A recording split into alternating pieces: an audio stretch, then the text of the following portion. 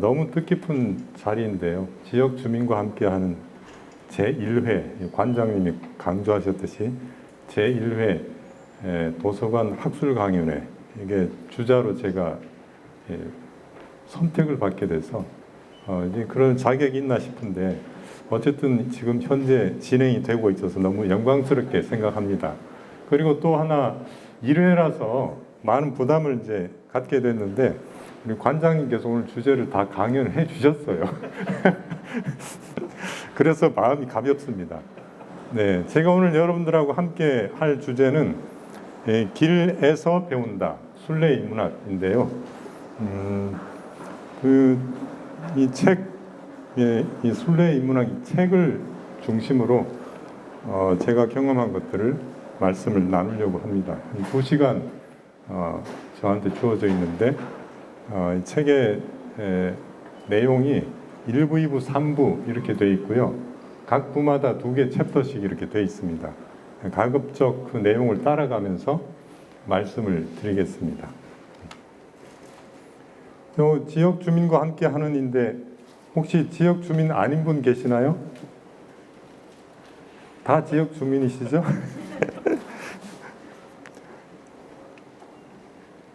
네.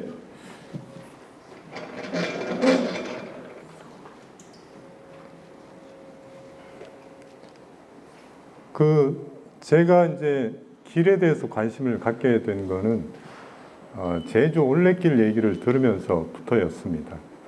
제주 올레길은 여러분들이 아시다시피 서명숙 씨라고, 이분은 이제 언론인이면서 작가이기도 하십니다. 지금 현재 비영리 사단법인 제주 올레 이사장으로 계시는 걸로 알고 있습니다. 이분이 2007년도에 제주도에 올레길을 만들기 시작하셨고, 제가 알기로는 2012년에 21개 구간 420km를 완성을 하셨습니다. 그 뒤에도 몇 개 구간 더 추가돼서 제주 올레길이, 여기 앉아 계신 분 중에 모르는 분이 없을 겁니다. 그런데 제가 관심을 갖게 된 것은 이분이 어떻게 해서 제주 올레길을 아이디어를 얻게 되었을까, 그 부분인데요. 그분의 인터뷰 내용을 들어보니까 산티아고 순례를 하면서 아이디어를 착상을 했다고 합니다. 그래서 산티아고 순례길에 관심이 가게 되겠죠.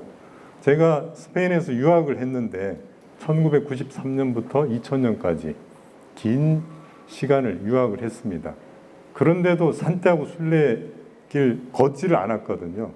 그런데 이분이 올레길을 시작하고 많은 사람들이 입에 올레길이 오르내리고 갔다 왔다고 하는 얘기를 들으면서, 산티아고 순례길을 걸어야 되겠구나, 이런 생각을 했더랬죠.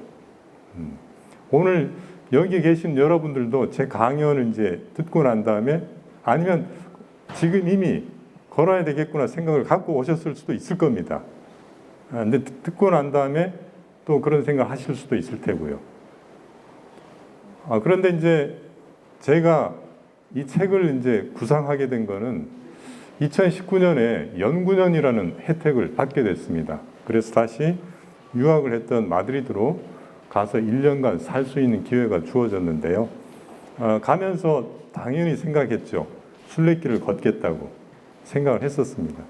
근데 이제 사람 일이라는 게 그렇게 단순하지 않지 않습니까? 가서 해야 될 숙제가 있었어요. 책을 쓰는 일이었는데, 숙제를 하다 보니까 여름철이 된 거예요. 그리고 제가 나가면서 한국에 알고 있던 지인들이 여행 나오시겠다고 그랬고, 가게 되면 순례길을 같이 걷자, 이런 얘기를 했었는데, 이 지인들이 일정을 맞추는 게 쉽지가 않더라고요. 그러다 보니까 여름이 지나고 가을이 되고 이렇게 했는데, 여름에 마침 제 딸애가 있는데 여행을 나와서 가족 여행을 하다가, 이 역사학자로서 일반 사람들이 다니는 도시나 마을 이런 것보다는 좀 색다른 곳을 가고 싶어서 그 중에 하나 넣었던 것이 이냐시오 데 로욜라라는 인물을 제가 알고 있었기 때문에, 그 사람이 쓴 영신수련이라는 책이 유명합니다. 이 책인데요. 유명하고 그 내용에 좀 관심이 많습니다. 영성에 대해서 관심이 많기 때문에 21세기 들어오면서 화두로 공동체 혹은 영성 이런 것들 꼽는 분들이 전문가들 사이에 많이 있었습니다. 그래서 영성에 대해서 관심이 많이 있었는데 그런 차원에서 스페인에 가게 되면 이냐시오가 이 영신수련이라는 책을 썼던 곳을 한번 가보고 싶은 생각이 있었어요. 그 도시 이름이 만레사인데 이따가 나옵니다. 그런데 그곳을 이제 가기로 생각하고 가족 여행지 중에 한 도시로 집어넣었죠. 그래서 거기 가서 우여곡절을 겪은 스토리가 있긴 한데 이 책에 좀 서술을 했습니다. 갔다 와서 이냐시오를 검색을 해봤어요.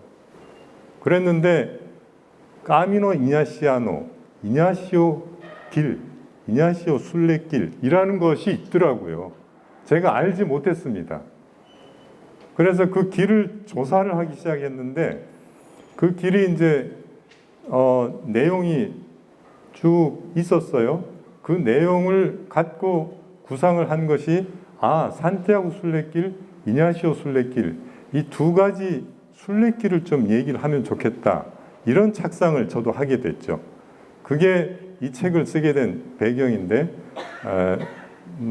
평소부터 갖고 있었던 생각 더하기 우연찮게 발견한 이냐시오 순례길 이 두 가지 길이 있어서 책을 쓰게 됐고 이 학술 강연회라고 할 때 책하고 관련이 있어야 되겠죠. 그거 아니면은 사실은 학술이란 말과 조금 거리가 있어 보이는 주제를 오늘 사실 다루게 되는 건데 그 부분이 약간 부담이 되기도 했습니다. 그래서 오늘 다룰 내용은 산티아고 순례길과 이냐시오 순례길 두 가지 길이 되겠습니다. 내용은 먼저 인생은 순례다라는 것과 두 번째 산티아고 순례길, 세 번째 이냐시오 순례길 마무리 말씀 이런 식으로 강연을 진행하겠습니다. 15세기 가시아의 시인 호르헤 만리케라는 사람이 있는데요.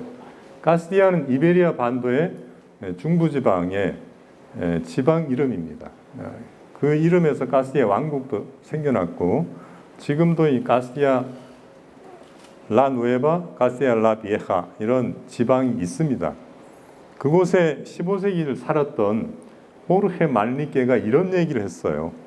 시인이기 때문에 이건 시적인 구절인데 제가 번역을 한 문구가 되겠습니다. 이 세상은 길이다. 고통이 없는 안식처를 위해 저 세상으로 나아가는 우리는 태어나면서 그 길을 나서고 살면서 걸어가며 죽어서야 도착한다. 그리고 그제야 영면한다. 영면한다는 말 좀 생소할 수도 있겠지만 영원히 쉰다 이런 말이죠. 여기서 중요한 포인트는 이 세상은 길이라는 사실 이 시인이 강조했고 또 우리 인생은 순례와 같다라는 것을 강조했다고 저는 생각합니다.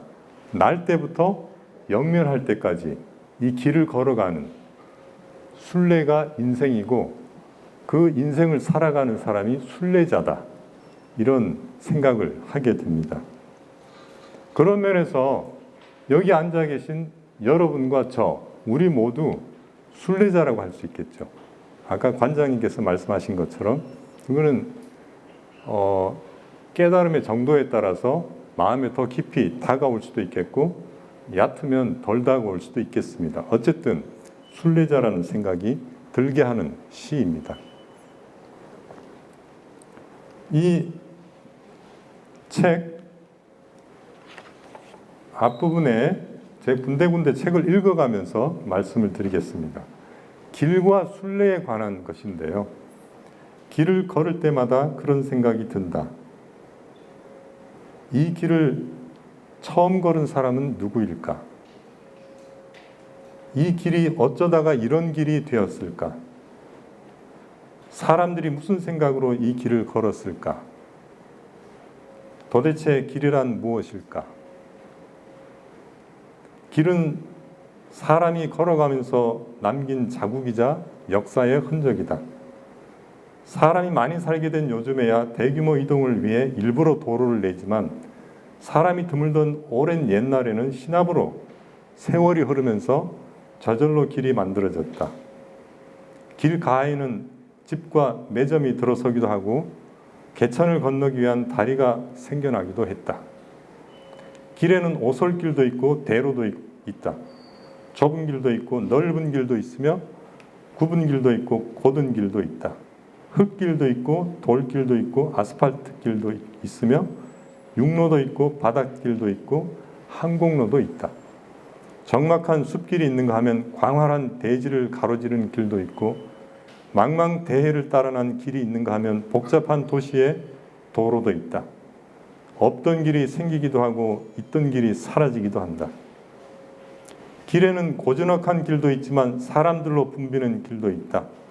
수행원을 동반한 화려한 왕의 행렬이 오가기도 하고 행색이 말이 아닌 거지들이 오가기도 한다. 전쟁터로 가는 기사들이 말을 타고 달리기도 하고 통치자의 뜻을 전하는 사신들이 발걸음을 재촉하기도 한다. 수도원을 방문하는 수도사들도 궁정을 찾아가는 음유 시인들도 성지를 찾아 떠나는 순례자들도 한 걸음 두 걸음 부지런히 길을 걸어간다. 길을 따라 걷는 순례는 오늘날만의 현상도 아니고 기독교만의 일도 아니다.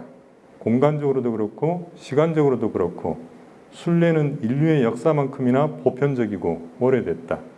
연약한 존재인 인간은 초자연적인 존재가 신통력을 드러낸 곳이라면 그곳이 어디든 그곳에 관심을 보여왔다. 토템에 상을 세우고 그것을 신성시했으며 그곳까지 순례했다. 그래서 우리 인간은 연약하기 때문에 태고적부터 아주 신성한 곳은 중요시했습니다. 그것을 순례를 해왔고요. 그렇기 때문에 종교도 일찍부터 생겨났고 유명한 종교마다 고등 종교라고 하죠. 이를테면 기독교, 이슬람교, 힌두교, 불교 이런 종교들마다 성지가 있고 성지를 순례하는 역사가 진행되어 왔습니다. 기독교는 지금 우리가 다룰 내용의 대부분이기 때문에 생략을 하고요. 여기 왼쪽 어디겠습니까? 메카죠? 네, 메카는 무슨 교? 이슬람교. 이슬람교의 제1성지가 되겠습니다. 그래서 이슬람교에서는 5가지 의무가 있어요. 신앙 고백을 해야 되고, 두 번째가 기도, 세 번째 단식, 라마단이라고 그러죠. 단식. 그리고 네 번째가 희사, 자선 있고 마지막이 이제 순례예요. 성지 순례. 평생에 한 번은 메카에 순례를 해야 됩니다. 지금 운집에 있는 사람들 보십시오. 여기 사망자도 막 발생합니다. 언론에서 볼 수 있는 광경이죠. 그 다음에 오른쪽에 있는 것은 힌두교의 성지입니다. 저 북부 히말라야 산맥 쪽에 있는 성지를 순례하는 광경이에요. 그리고 불교는 제가 사진을 제공하지는 않았지만 4대 성지가 있습니다. 석가모니 부처가 태어나고 도를 깨닫고 설법을 하고 인멸을 한 각각 4곳의 성지가 있습니다. 그곳을 순례하기도 합니다.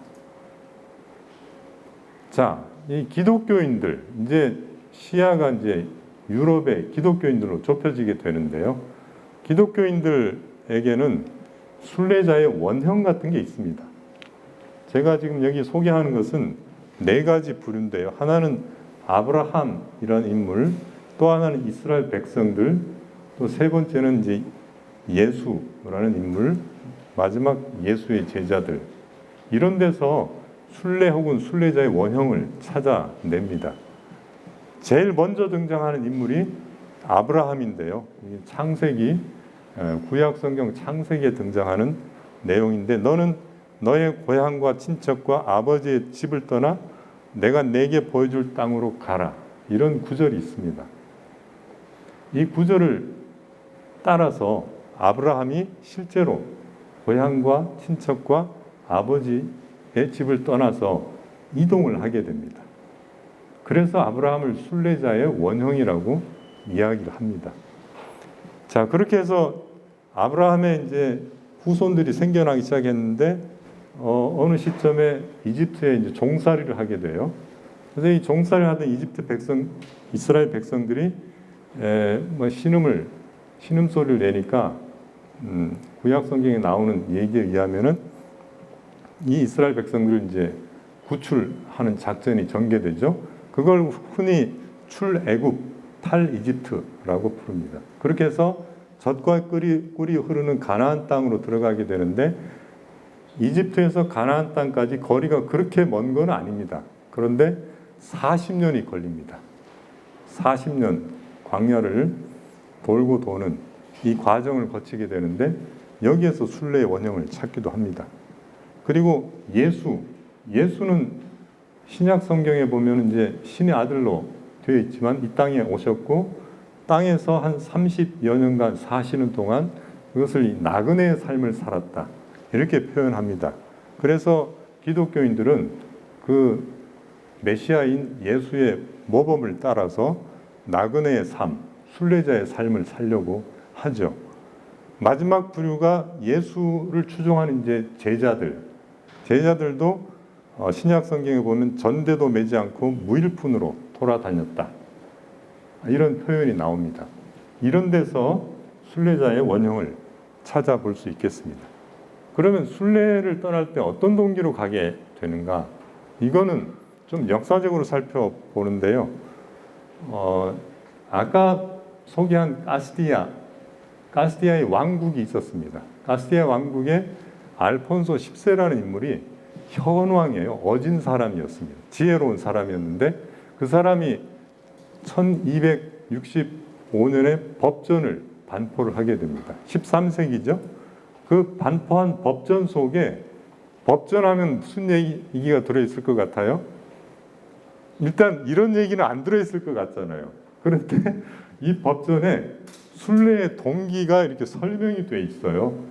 세 가지 부류로 하나가 개인적인 바람이나 뜻, 두 번째가 신에게 맹세한 약속, 세 번째가 참여나 속죄. 이것이 순례의 동기다라고 명시를 하고 있습니다. 먼저 개인적인 바람이나 뜻, 이것은 흔히 생각하는 그런 것들이에요.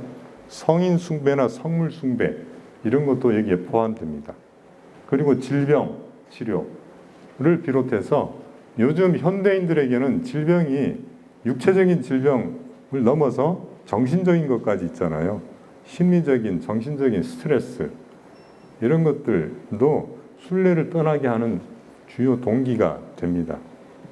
여기 앉아 계신 여러분들은 제가 얼굴을 뵈니까 그런 동기는 없어 보이네요. 그러면 동기가 없는 걸까요? 그렇진 않죠? 나머지 동기도 있습니다. 신에게 맹세한 약속, 참회나 속죄. 참회나 속죄는 여기 없으실 것 같고, 네. 기타도 있습니다. 기타 여러 가지 동기들이 있고, 두 번째 부류는 신에게 맹세한 약속. 이건 종교인들에게 해당되는 건데 오늘 다룰 두 번째 길, 이냐시오 순례길. 여기에 주인공이 이냐시오인데요. 이냐시오 델 로욜라. 이냐시오가 파리에 유학을 할 때 동지들을 규합합니다. 그래서 그 동지들이 예수회를 설립하는 동지가 돼요. 근데 파리에서 이따가 소개하겠지만 몽마르트 언덕에서 서원을 합니다. 우리 동지들과 함께 예루살렘 순례를 하겠습니다. 이런 서원, 신에게 한 맹세죠. 이런 동기로도 순례를 하기도 하는데 이런 동기로 순례하는 사람은 극히 드물다고 볼 수 있겠죠. 그 다음에 세 번째 부류는 참회나 속죄. 이것도 중세 순례를 하면서 좀 더 자세히 다룰 텐데 이게 어느 순간부터 이 순례를 참회나 속죄의 수단으로 사회에서 활용을 하기 시작했습니다. 그래서 그거는 강제로 갔다 오라고 하기 때문에 가는 경우가 있었죠. 자발적으로 뭐 양심의 가책을 느껴서 참회를 하는 차원에서 갈 수도 있겠지만 비자발적으로 강제적으로 뭐 형벌을 받아야 되는 그 대신에 순례를 다녀오라고 해서 갔다 오는 경우도 있습니다. 네, 이런 세 가지 부류를 들 수 있겠고, 그다음에 순례의 과정은 뭐 단순해요. 출발 전, 순례 도중, 그러니까 귀향, 돌아오는 과정, 이 세 과정으로 이루어진다고 할 수 있는데, 순례의 출발, 이거는 구체적인 준비, 여러분들 중에 혹시 이번 여름에 순례 가실 생각이 있으신지 모르겠어요. 그러면 벌써 구체적인 준비는 끝나 있을 겁니다. 그게 대표적으로 뭐가 있습니까? 외국으로 갈 경우 일단 항공권 예약을 해야 되잖아요. 그리고 인터넷 뒤져서 유튜브나 거기 어떤 자료가 있는지, 뭘 준비해야 되는지, 그런 자료조사 이런 건 다 끝나 있을 상태입니다. 그런 구체적인 준비들이 당연히 있어야죠. 그런데 제가 조사해본 내용에는 그런 준비 작업보다 더 중요한 게 있더라고요. 또 이거는 중세 유럽인들이 중요하게 생각했던 것일 수도 있습니다. 오늘을 살아가는 우리들에게는 덜 중요한 것일 수도 있습니다. 그게 바로 정화 작업인데요. 정화 작업에는 내적 정화와 외적 정화가 있습니다.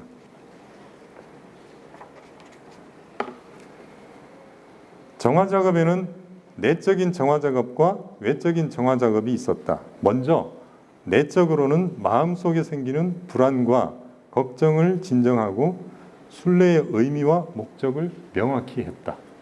순례를 왜 가고 무엇을 위해서 가지? 네, 관장님 말씀하신 것처럼 가치, 네, 얻고자 하는 가치가 뭐지? 이런 것에 대해서 명확한 정리를 하는 작업이 이게 내적 정화 작업이다 라는 겁니다. 이거 없이 그냥 갔다가는 비용 많이 들이고 남는 것이 별로 없을 수도 있겠죠. 그 다음에 재미있는 것은 외적인 정화 작업이에요.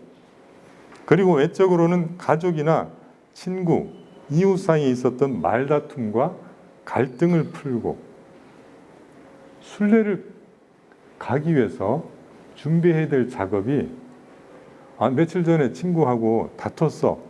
근데 그게 마음에 남아있어. 그러면 그 친구를 만나서 용서를 구하고 화해를 하는 작업이 중요하다. 이게 외적 정화 작업이라는 거예요. 친지와 친구들이 참석한 가운데 교회에서 환송 축복을 받았다. 집안을 잘 정리하고, 왜냐하면 이 당시에 한번 출발했다가 집에 못 돌아올 수도 있습니다. 그리고 지금처럼 뭐 2박 3일 이런 것도 아니고 한 달, 몇 개월이 걸리기 때문에 그 집이 어떤 상태에 돼 있을지 몰라요. 그래서 깔끔하게 정리하고 이게 외적 정화 작업에 들어가는 겁니다. 불이하게 취득한 것을 살면서 불이하게 취득, 뭐예요? 훔친 것들이 있다면 어떻게 해야 된다고? 돌려줘야 되는 거예요. 그것도 매우 중요했다. 한 걸음 더 나아가 출발하기 전부터 자선을 베풀려고 노력했다. 이 순례 준비 작업입니다. 이 모든 준비 작업의 주안점은 혹시나 순례 도중에 일어날지 모를 사고에 대비하고, 이게 사고가 나면 뭐 까림칙한 게 있었는데 그걸 잘 해결하지 못하고 와서 사고가 났다고 보통 생각하잖아요. 그 미연에 방지하기 위한 작업이기도 하죠. 하늘의 축복을 받으며 순례하려는 데 있었다. 순례는 아버지의 집으로 돌아가는 탕자의 심경과 같은 기대를 갖고 시작해야 한다. 숫자의 세계와 경쟁의 세계, 과학의 세계, 이성의 세계, 기술의 세계, 소비의 세계를 과감히 떨쳐버리고 여명과 기도와 침묵을 즐기며 사소한 것들에도 의미를 부여하는 소박한 마음으로 조그만 나무 그늘의 휴식과 한 잔의 포도주를 감사하고 함께 길을 걷는 동료들과 격이 없이 나누는 대화의 세계로 들어가야 한다. 다음으로 이제 순례 도중인데요. 순례 도중에는 영혼과 육체의 행복을 위해 필요한 모든 것을 가난한 자들과 나누고, 그래서 순례길에 만나는 사람들은 다 여유가 있어요. 아주 너그럽고. 그 길을 걷게 되기까지 얼마나 많은 고민을 했고 마음의 다짐을 했겠습니까? 그러니까 만나는 사람들마다 다 괜찮아요. 네. 쓸데없는 말과 사소한 수다를 삼가며 예수와 성인들의 생애를 깊이 묵상해야 한다. 이게 중세 유럽적인 배경에서 쓴 말입니다. 선배 순례자들은 이를 위해서 순례길 근처에 있는 성소들을 방문하고 경건 활동에 참여하며 자선을 베풀고자 했다. 그리스도 안에서 모든 사람이 형제라는 생각으로 모든 사람에게 자선을 베풀기를 권유받았다. 특히 술 취함과 말다툼과 외설적인 것들을 삼가야 했다. 순례 도중에는 자연스레 만남이 일어난다. 어린이와 어른, 사제, 외국인, 그 누구를 만나더라도 미소를 지으며 반가운 인사를 건네야 한다. 순례 도중에 잊을 수 없는 만남이 생기기도 한다. 그 만남을 기대하면서 순례하는 분들도 있습니다. 순례길은 또한 고독과 성찰의 길이다. 그 옛날 수행을 하던 수도사들은 걱정과 불안을 내려놓고 고독을 추구했다. 고독할 때 내면의 눈이 열리고 자연의 소리가 들리며 모든 것들이 더 큰 의미로 다가온다. 아름다운 들판의 소리와 물과 새들의 소리, 멀리서 들려오는 농사짓는 농부와 양과 목동들의 소리가 전혀 새롭게 다가온다. 순례길이 주는 메시지를 듣지 못하게 하는 것들을 과감하게 떨쳐버려야 한다. 이따금씩 다정한 인사와 미소를 건네더라도 금세 다시 고독 속으로 들어가야 한다. 순례는 내면의 길을 걷는 것이기도 하다. 내면을 성찰할 때 우리 자신에게 있는 걱정과 불안을 발견하고 부족한 것들을 깨닫게 된다. 그러다 보면 우리 내면의 깊은 곳에 다다르게 되고 우리를 둘러싸고 있는 것들의 진정한 모습을 발견하게 된다. 그리고 이제 순례를 마치고 이제 집으로 돌아가게 되는 거죠. 귀향의 과정에 또 일어나는 일들을 보면 고향으로 돌아올 때도 불법적인 것들을 삼가고, 이제 순례 마치고 집으로 간다고 해서 또 이제 왁자지껄 예전에 하던 대로 하면 안 된다라는 거예요. 선행에 몰두한다. 1차적으로는 동행자들에게 모범과 물질과 자선을 베풀고 고향으로 돌아와서는 이웃들이 그의 삶을 보고 신의 사랑으로 나아가도록 모범적인 삶을 살아야 한다. 순례가 단순한 향수에 머물러서도 아니 되고 하나의 업적이 되어서도 아니 된다. 순례자의 정신을 유지하며 날마다 순례의 길을 걸어가는 순례자가 되어야 한다. 순례의 과정 3가지를 말씀드렸습니다. 인생은 순례다. 아까 초반부에 말씀드린 것처럼 호르헤 말리케뿐만 아니라 프랑스의 철학자 가브리엘 마르셀도 인간은 여행하는 인간이다 라고 얘기를 했습니다. 요즘 흔히 우리가 입에 오르내리게 하는 호모 루덴스, 놀이하는 인간, 이런 것도 있듯이 인간은 여행하는 인간이다. 그리고 류시화 시인은 사람은 길을 가는 사람이다. 길을 가는 사람이다 라고 표현했습니다. 저는 인생은 여행이고 순례는 인생이다 라고 표현합니다. 그래서 이렇게 정의를 했습니다. 인생은 여행이고 순례는 인생이다. 순례길은 우리 인생을 짧고 굵게 체험할 압축판 인생길이다. 우리는 부족한 것이 채워지기를 바란다. 우리가 한자리에서 행복에 겨운 삶을 살고 있다면 왜 다른 곳을 방문하려 들겠는가? 우리가 모든 것을 가지고 있다면 왜 다른 무엇을 찾아 나서겠는가? 우리는 무언가를 결여하고 있다. 그래서 그것을 찾아 나선다. 정신적으로 고통스러운 사람은 평화를 갈구하고 인간관계에 문제가 있는 사람은 깨진 관계를 회복하기 바라며 병자는 치료를 원한다. 궁지에 빠진 사람은 출구를 모색하고 영혼이 지친 사람은 휴식과 영적 깨달음을 바란다. 이것들 가운데 어느 하나라도 채워지기를 바라며 순례를 떠난다. 우리는 또한 보다 나은 삶을 희망한다. 우리는 목적지에 도달하기를 바라고 건강하고 안전하게 집으로 돌아가기를 바란다. 우리는 우리의 삶을 보다 풍성하게 가꿔 나가기를 바란다. 평화와 화해, 용서, 치유, 깨달음 등을 바란다. 좋은 직장을 바라고 이상형의 남자 혹은 여자를 바란다. 좌절을 딛고 새롭게 일어나기를 바란다. 이러한 희망들을 안고 순례를 떠난다. 순례길은 한 걸음 더 나아가 신이 함께하는 초자연적 메시지가 가득한 길이다. 순례길에서 만나는 다양한 풍광의 자연과 상징들에서 신의 음성을 들을 수 있다. 오늘날 현대인들은 사실 초자연적인 것의 의미를 잘 모른다. 또 다른 차원의 삶, 곧 깊이 있는 삶에 관심을 두지 않는다. 우리 인생이 어디서 오고 어디로 가는지를 생각해 보지 않는다. 종교적이라는 것은 인생의 의미를 성찰한다는 것에 다름 아니다. 인생을 돌아보고 초자연적 메시지를 들으러 순례를 떠난다. 오늘날 대륙과 문화와 종교를 초월하여 순례의 물결이 확산되고 있는 이유가 여기에 있다. 세계관광기구가 2012년에 종교적 목적으로 여행한 자들의 수가 3억 명 이상에 달한다고 추산했을 정도이다. 프랑스의 루르드와 포르투갈의 파티마를 방문하는 기독교인들이 매년 1,300만 명에 달한다. 메카를 방문하는 무슬림들은 매년 수백만 명에 이르고 신성한 겐지스강에 몸을 담그러 베나레스로 가는 힌두교도들도 매년 그 정도에 달한다. 엄청나죠?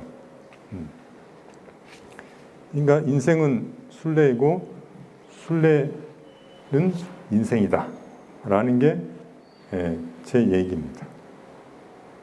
중세 유럽의 순례 몇 가지만 짚고 산티아고 순례길로 넘어가겠습니다. 중세는 유럽을 얘기하는 겁니다. 이게 아시아가 아니고 모든 것을 종교의 코드로 해석하던 시대였어요. 기독교 세계였죠. 그래서 중세 유럽 문화의 본질 하면은 성물 숭배, 성인 숭배, 혹은 성지 순례 이런 것들로 가득 차 있었습니다. 성물 숭배가 어느 정도 이게 인기를 끌었냐면은 이게 순교자나 성인들 있잖아요. 그것과 관련된 유품이나 유물 이런 것들을 수집하려고 했어요. 그래서 중요한 곳마다 다 갖고 있습니다. 그런데 예를 들어서 성모 마리아 관련 유품이 얼마나 있겠습니까? 그런데 가는 곳마다 있어요. 이거 어떻게 된 겁니까? 만들어낸 거예요. 가짜죠, 가짜. 그런 것이 통용되던 시대였어요. 성물 숭배. 그리고 성지순례. 그래서 오늘 소개할 내용들이 생겨나게 된 거죠. 중요한 성지는 예루살렘, 이거는 이제 기독교 탄생 또 기독교의 메시아인 예수와 관련된 흔적들이 있는 곳이기 때문에 제1성지죠. 그러나 로마가 이제 그 다음 이어받게 되는데, 왜냐하면 이슬람, 무슬림들이 예루살렘을 정복하게 돼요. 그게 이제 8세기 정도 되는데, 그 이후부터는 로마가 이제 뜨게 됩니다. 로마에는 가톨릭의 교황이 있는 교황청이 있고 해서 더 부각이 되죠. 그러다가 오늘 우리가 다룰 두 번째 주제인데 산티아고 순례길, 여기에 이제 성 야곱의 무덤이 발견되었다라고 해서 뜨게 되면서 산티아고 데 콤포스텔레가 로마와 각축을 벌이는 정도까지 올라서게 됩니다. 이게 중세 유럽의 순례자를 보여주는 건데요. 한눈에 볼 때 순례자 인상착의로 딱 들어오는 게 뭐가 있습니까? 네? 묵주요. 묵주는 아닌데. 요거는 사실 기독교도라는 것을 보여주는 거고, 순례자라고 할 때 지팡이죠. 예, 지팡이. 지팡이는 1차적으로 몸을 보호하는 도구고, 또 언덕배기로 올라갈 때 요즘도 트레킹 폴을 쓰지 않습니까? 그런 기능도 합니다. 또 여기에 뭘 걸고 이렇게 어깨에 걸치고 가기도 하고, 또 두 번째가 모자, 햇빛 가리기 위해서. 그 다음에 여기 팔 아래에 있는 가죽 부대, 가죽 부대에 이제 필요한 용품들, 물 같은 걸 챙길 수도 있고, 이게 순례자의 복장, 세 가지는 필수품입니다. 그리고 신발도 중요하죠. 근데 이 순례자가 남자일까요, 여자일까요? 남자 손 들어보세요. 내리시고 여자? 여자예요, 여자. 네, 여성 순례자입니다. 남자처럼 보이죠? 네. 그 다음에 중세 유럽의 순례의 중요한 두 가지 내용인데, 사면과 성년이라는 건데요. 사면, 이제 순례가 참회나 사면의 수단으로 사용되기 시작했는데 11세기에 프랑스와 스페인에서 사면 제도를 도입하게 됩니다.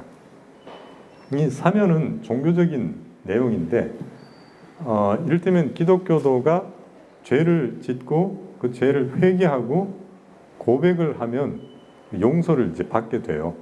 그런데 용서를 받았다 하더라도 이게 잠시 남아있는 벌이 있어요. 그걸 잠벌이라고 불러요. 이 세상에서 치러야 할 잠벌이나 연옥이라는, 이것도 이제 가톨릭적인 세계의 용어인데요. 거기서 치러야 할 잠벌이 있습니다. 그런데 이런 잠벌의 전부를 사면해 주는 것이 전대사, 그리고 일부를 사면해 주는 것이 한대사인데, 이 전대사를 11세기 이후에 해주겠다고 도입을 한 겁니다. 그러니까 기독교도들에게는 이 순례가 매우 중요해지게 된 거예요. 근데 이전과는 다른 동기로, 다시 말하면 이 전대사, 대사, 사면을 받으려고 이제 순례를 하기 시작한 거죠. 그러면서 순례자 수가 엄청 늘게 되고 순례의 동기가 상당히 많이 바뀌게 됩니다. 그리고 플랑드르 지방, 지금 벨기에, 북프랑스 이 일대를 당시 플랑드르라고 불렀는데, 그쪽의 법원에서는 형사 처벌을 수단으로서 이 순례를 쓰기도 했습니다. 그래서 그걸 벤치마킹해서 1980년대 벨기에에서는 오이코텐 프로젝트를 가동하기도 했죠. 여기는 17, 18세 되는 청소년이 형사처벌 당할 죄를 범해서 이 교정 작업을 해야 되는데, 교화, 우리 교도소에서 하는 작업 있잖아요. 이게 약효가 없는 거예요. 어떤 수단을 써도 안 돼. 이런 17, 18세 청소년들을 순례를 다녀오게 한 거예요. 이게 오이코텐 프로젝트입니다. 내용은 그래요. 원하는 사람이에요. 근데 마약 사범이나 이런 사람들은 안 되고, 일정한 조건이 되고 원해야 되고, 그런 사람들을 6인 1조로 묶습니다. 그래가지고 거기 협력자 한두 명 붙여서, 왜냐하면 다른 길로 가면 안 되니까 붙여서 순례를 출발합니다. 벨기에에서 산티아고 데 콤포스텔까지 거리가 출발 지점에 따라서 2,500km에서 3,000km 정도 됩니다. 근데 하루에 25km를 출발을 하고 열흘째 하루 쉽니다. 그렇게 하면 한 4개월이 걸려요. 그 4개월 산티아고 순례를 갔다 오면 형벌을 면제해 준다. 갈래? 그럼 다 가겠다고 하겠죠. 근데 그런 범죄자 생각이 여기에 있는 우리 생각하고 다릅니다. 그 생각이 삐딱하기 때문에 삐딱선을 타서 그래도 안 가겠다는 사람들이 많고, 가겠다고 한 사람들 이제 6인 1조씩 묶어서 순례를 다녀오게 했는데, 그 효과가, 이게 교정 효과라고 하죠. 사회 적응 효과. 이게 매우 높은 걸로 나타났어요. 높은 수치는 한 40% 정도 나타났다고 합니다. 이런 거는 이제 좀 부정적인 접근이라고 본다면, 저는 그런 생각을 해봐요. 우리 학교에서 많이 강좌가 개설되곤 하는데, 한 강좌는 그냥 산티아고 순례 다녀오면 3학점 주는 거. 괜찮지 않겠어요? 인생은 순례고, 그 다음에 길에서 배운다. 그렇잖아요. 여기서 한 과목 뭐 수강하고 밤샘 하면서 준비해서 시험 보고 그 다음날 다 잊어버리는, 뭐 가치를 비교할 수는 없겠지만 순례하면서 배우는 것이 적지 않기 때문에 그럴 수도 있겠다 생각합니다. 그 다음에 성년이라는 게 있는데, 성년, 영어로 말하면 holy year, 거룩한 해, 성년인데, 로마 가톨릭에서 로마로 순례온 사람들에게 최초로 선포한 성년이 1300년이라고 해요. 1300년. 근데 이 해를 교황이 성년이라고 선포를 하고, 이게 순례해서 로마에 온 사람들에게 아까 얘기한 전대사를 베풀었어요. 근데 이게 교황이 기획을 한 게 아니고, 교황이 기획을 하게끔 소문이 떠돌았어요. 교황 보니파큐스 8세가 얘기를 들어보니까 로마로 순례 가면은 전대사를 받을 수 있다더라. 그래서 교황이 그런 게 있나? 교황청에 문서 보관소가 있는데 관계자들한테 뒤져보라고 했는데 아무런 근거가 없는 거예요.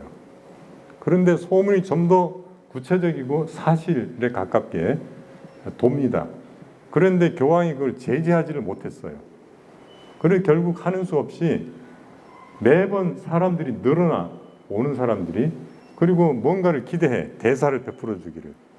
그래서 할 수 없이 1300년 2월 22일, 2월 22일이 이제 성 베드로의 축일인데, 그날 선포를 하죠. 금년은 성년이다. 그렇게 해서 1300년이 성년이 됐고 전 대사를 베풀었다고 해요.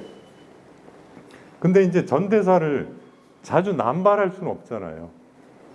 그래서 인생에 한 번 정도 맞이할 수 있도록 그렇게 시간을 안배한 결과 100년마다 성년을 선포하면 되겠거니 이렇게 했는데, 가톨릭에서 이게 좀 흥행이 되니까 이걸 당긴 겁니다. 50년으로. 그러면서 근거를 찾아냈어요. 구약성경 레위기에 희년이라는 게 있는데, 우리 일주일이 6일 있고 7일 날 쉬는 날이죠. 또 6년이 있고 제7년이 안식년. 근데 안식년이 7번 되고 그 이듬해 50년째를 희년이라고 불렀어요. 그래서 여기에 근거를 갖고 성년은 50년마다 베풀어야 된다라고 주장했는데, 그렇게 가다가 이게 다른 교황이 들어서서 흥행을 좀 더 시켜보고 싶은 거예요. 그래서 성년을 땡겼어. 33년마다. 그래서 나중에는 그것도 길다. 그래서 25년마다.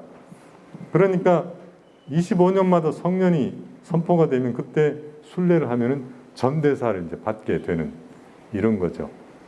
우리에게는 별로 다가오지 않는 얘기일 수 있겠지만 이 당대를 살아간 유럽인들에게는 엄청난 빅뉴스였던 거죠. 자, 여기 시간이 참고할 만한 게 없네요. 제가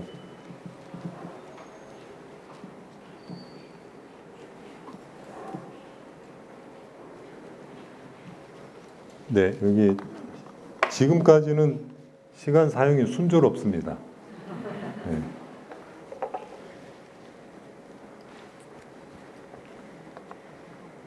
아까 관장님이 질문 많이 하라고 하셨는데 그거는 저한테 달렸습니다.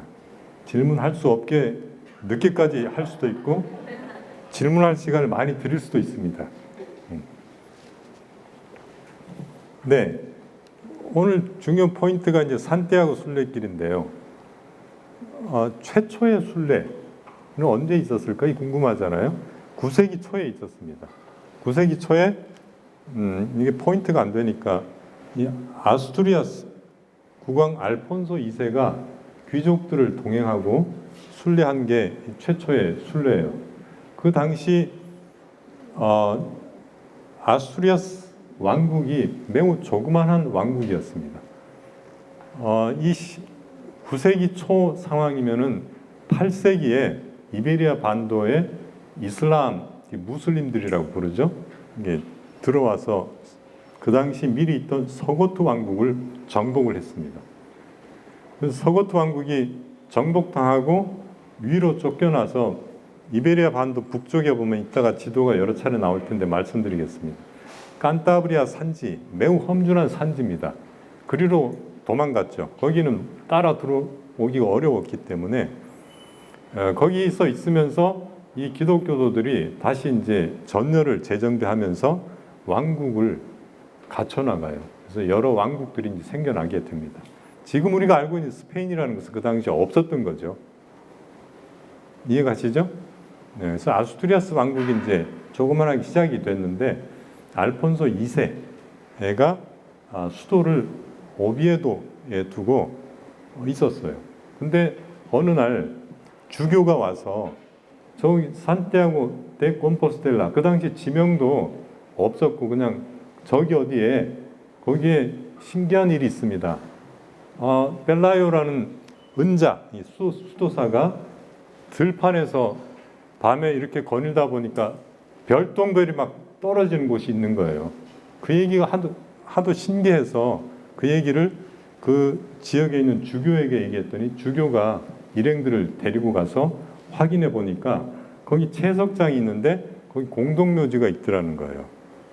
공동묘지에 보니까 거기 성 야고보의 무덤이 발견된 거예요. 그래서 이 얘기를 이제 국왕에게 전했더니 국왕이 한번 가보자 해서 나를 잡아가지고 순례를 하게 됩니다. 이게 까미노 프리미티보, 프리미티보라는 최초의 이런 뜻인데 최초의 순례가 됩니다. 그 당시가 9세기 초. 기록이 남아있지 않기 때문에 정확한 연대는 특정할 수가 없습니다. 그런데 여기서 중요하게 등장하는 것이 성 야고보라는 인물이에요. 이 당시 이베리아 반도의 역사적 상황은 이슬람 교를 신봉하는 신도들을 무슬림이라고 부르잖아요. 무슬림 세계였습니다. 그래서 쫓겨나서 지금 기독교도들이 북쪽에 있는데 전선이 북쪽에 형성되어 있었고 전투가 계속 벌어지고 있었죠. 그래서 매우 중요한 것은 이게 전투 정신을 강화시킬 필요가 있었죠. 그래서 어떤 성 야고보가 우리를 대신해서 저 이슬람 무슬림들과 싸운다, 이런 것을 만들어낸 거예요. 그러면서 아스투리아스 왕국의 수호 성인을 삼았고 지금 현재 스페인의 수호 성인이기도 합니다. 그 아스투리아스가 계속 성장 발전해서 결국 오늘날의 스페인이 되었기 때문에 그렇게 봅니다. 그런데 여기에는 몇 가지 전승이 있어요. 크게 이제 두 가지라고 볼 수 있는데 이 성 야고보에 관한 전승인데요. 이 부분이 제가 여러 자료나 또 전문가들하고 대화도 나누고 해서 좀 정리한 부분이에요. 다른 데서 보기 어려운 부분인데 성 야고보는 성경에 둘이 있습니다. 하나는 예수의 동생 야고보가 있고 또 하나는 사도 야고보가 있어요. 여기서 얘기하는 성 야고보는 사도 성 야고보를 얘기하는 겁니다. 이 사도 성 야고보가 이베리아 반도에 와서 복음 전도를 한 적이 있다. 그러다가 신기한 일이 있어서 예루살렘으로 돌아갔고 거기서 당시 헤롯 왕이 참수를 해서 서기 44년경에 참수를 당했다. 그런데 그 제자 2명이 시신을 수습해가지고 배에 태워서 지중해를 건너가지고 대서양 쪽으로 빠져서 지금 갈리시아 쪽 해안 피니스테레라는 곳으로 가서 거기 땅에 묻었다. 그런데 묻었다는 사실조차도 잊혀졌고 아무도 모르는 가운데 세월이 흘렀는데 언젠가부터 그곳에 성 야고보의 무덤이 묻혀 있다라는 얘기가 나돌기 시작합니다. 그게 구체적으로 특정이 되기도 하고 그랬는데 아까 말씀드린 대로 9세기 초에 그 무덤이 발견되었다고 한 거예요. 무덤이 발견되었다. 그래서 전승이 두 가지, 전승이는 전해 내려오는 이야기거든요. 이거는 확인할 길이 없습니다. 전승의 첫 번째 내용은 사도 성 야고보가 이베리아 반도에 복음을 전파했다. 그리고 44년에 참수를 당했다. 그 시신이 피니스테레에 매장이 됐다. 라는 게 전승 하나가 있고, 그 다음에 그렇게 매장돼 있던 것이 기억에서 잊혀졌는데 어느 날 발견이 되었다. 발견되는 과정, 이거 전승 두 번째. 이런 전승이 있습니다. 그런데 첫 번째 전승에 사도 성 야고보가 44년에 참수를 당하기 때문에 이베리아 반도에 44년 이전에 왔었어야 되죠. 그렇지 않습니까? 이베리아 반도에 살아있을 때 가야 되잖아요. 44년에 죽으니까. 44년에 죽는 것은 지금 거의 정설에 해당합니다.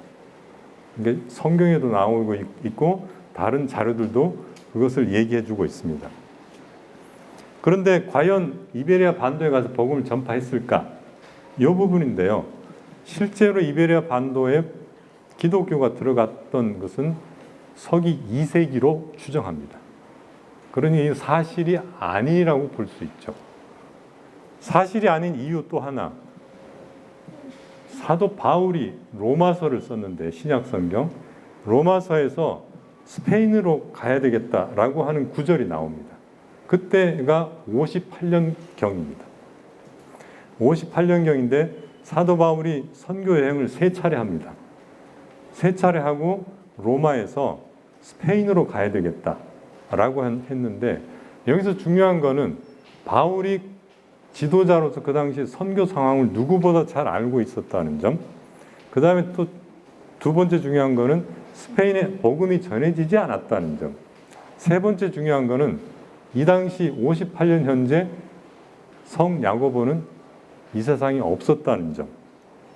이 세 가지를 종합해 보면 결론은 성 야고보가 이베리아 반도에 죽기 전에 가지 않았다는 것이 사실로 확인이 되죠. 그런데 이게 거짓말이라고 그 누구도 얘기하지 않습니다.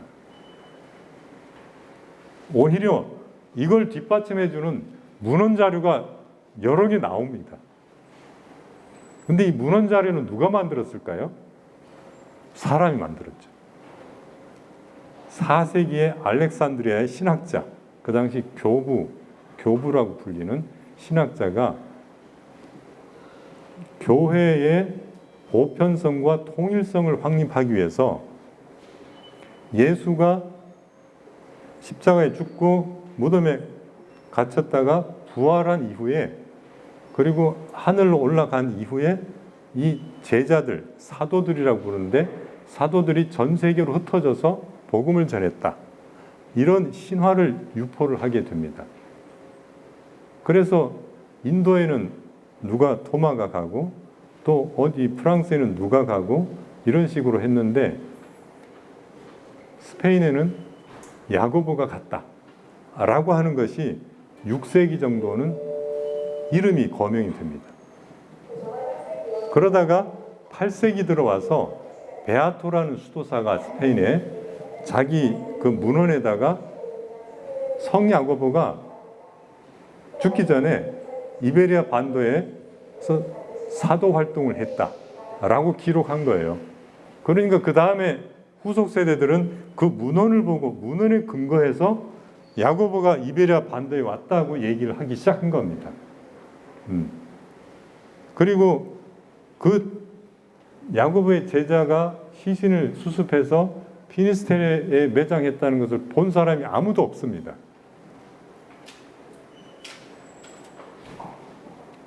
그런데 어느 날 무덤이 또 발견되었다고 해요. 이것도 확인할 길이 없습니다. 그래서 저도 제가 박사학위 논문 지도를 받은, 지도를 해준 분이 사실은 박사이기도 했고 교수이기도 했고 사제이기도 했고 수도사이기도 했어요. 그래서 제가 물어보기에 딱 적임자죠. 역사학자인데다가 수도사이기 때문에 이게 어떻게 된 겁니까? 그랬더니 그냥 미소만 지으시더라고요. 그래서 레온에 살고 계신데 제가 이 책을 쓰던 2019년에 또 레온 방문해서 또 물어봤습니다. 그랬더니 고개를 가로저으면서 아니라고 얘기했는데 사실은 그분의 그것보다도 스페인 중세사학자 클라우디오 산체스 알보르노스라는 유명한 분이 계신데 이분이 이게 사실인가 아닌가 이게 사실이 아니라고 할 때 사실이 아니라는 입증을 해야 되는데 그게 쉽지가 않다는 거예요. 그래서 그 문제보다는 이게 전승이라는 것과 전해 내려온 이야기라는 것과 문제는 중요한 것은 전승을 믿었다. 그리고 믿은 결과 그것이 역사가 되었다. 그러니까 야고보의 무덤이 발견되었다는 것을 믿고 많은 사람들이 순례를 하기 시작해서 순례의 역사가 생겼다. 이것만큼은 부인할 수 없는 사실이다. 라고 주장한 거예요. 저는 이것을 이제 채택을 합니다.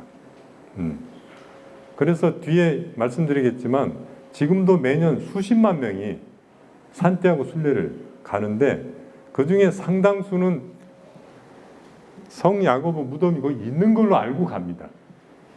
있는 걸로 알고 종교적인 이유든 비종교적인 아니면 별로 관심이 없어서든 간에 이런 전승이 있고 이 성 야고보 숭배 때문에 산티아고라는 말은 성 야고보라는 스페인어 표현입니다. 산티아고 순례길이 유명하게 됐죠. 여기 중요한 대목이라 좀 설명이 길었습니다. 자, 그 다음에 초창기 순례자들과 순례의 확산, 성 야고보의 무덤이 발견됐다 이런 소식이 이제 그 당시에 기록된 성인열전 이런 데 들어가게 됩니다. 확인이 안 됐는데도 성인열전에 언급이 되고 그 다음에 베네딕트 회 수도사들의 그 저서에 언급이 되기 시작해요. 그러면서 유럽에 이제 알려지게 됩니다. 그러니까 그 얘기를 듣고 우리 그 예수님의 12제자 중에 한 명인 사도 야고보 네? 그 형제가 요한이고 그 사람의 무덤이 거기 있단 말이야. 그래서 이제 방문하려고 한 거죠. 안 그래도 성물 숭배, 성지 순례를 하던 시절에 대표적으로 950년에 프랑스 중남부 르피 앙블레의 주교 고테스 칼크가 수행원들을 데리고 순례를 하게 됩니다. 950년 고테스 칼크 이것이 이따가 소개할 프랑스 길의 출발이 되죠. 그 다음에 바르셀로나 인근에 있는 몬세라트 수도원 원장, 프랑스의 아키텐 지방의 백작 이런 주요 인사들이 순례를 하게 되고 10세기에 되면 프랑스 길이 만들어지기 시작하고 길 주변에 수도원들이 건립되기 시작합니다. 이제 11세기가 되면 구호소라는 게 설립이 되는데요. 이 허스피털 영어로 스페인어 오스피탈인데 이게 지금 병원이지 않습니까? 근데 이 당시에는 구호소였어요. 구호소의 첫 번째 기능은 나그네와 불황자들, 가난한 자들, 약자들을 돌보아주는 기능. 근데 돌봐주는 내용이 이제 질병이 있거나 다쳤거나 그런 게 있으면 치료까지 해줘야 되니까 씻겨주고 먹여주고 입혀주고 쉬게 해주고 거기다 치료까지 해주게 되던 그런 기능을 하던 곳이 허스피털이었는데 지금은 나머지 기능은 이제 사라지고 치료 기능만 해서 이제 병원으로 돼 있지 않습니까? 그래서 이 구호소들이 이제 순례자들이 막 가니까 군데군데 이제 설립이 되는 거예요. 순례자들 돌봐줘야 되니까 도로나 다리를 건설하게 되죠. 아까 제가 처음에 읽어드렸던 길과 순례, 이제 길들이 만들어져 가기 시작하는 겁니다. 유럽 전역으로 순례 물결이 확산되기 시작했고 프랑스인, 독일인, 영국인, 이탈리아인, 북유럽인, 그 스칸디나비아 반도에서도 이제 순례를 가게 되는 거예요. 11세기에 이르러서는 로마 순례자들 수와 맞먹을 정도로 규모가 성장했습니다.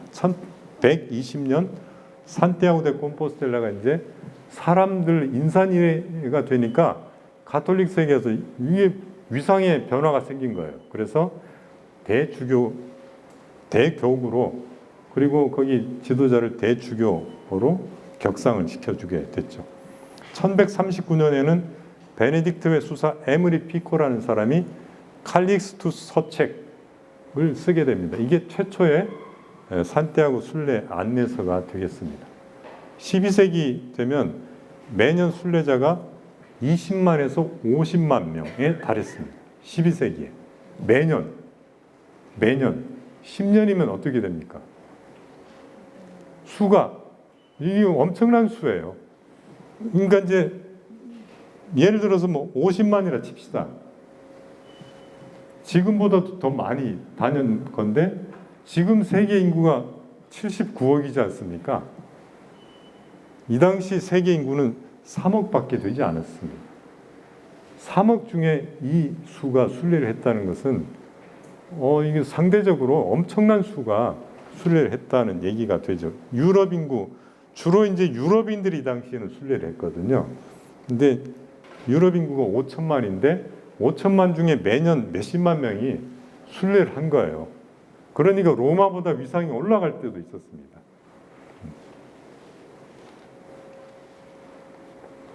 13세기에서 15세기 정도에는 이제 아까 말씀드린 것처럼 전대사, 이제 잠벌을 없애고 싶어 한 사람들 있잖아요.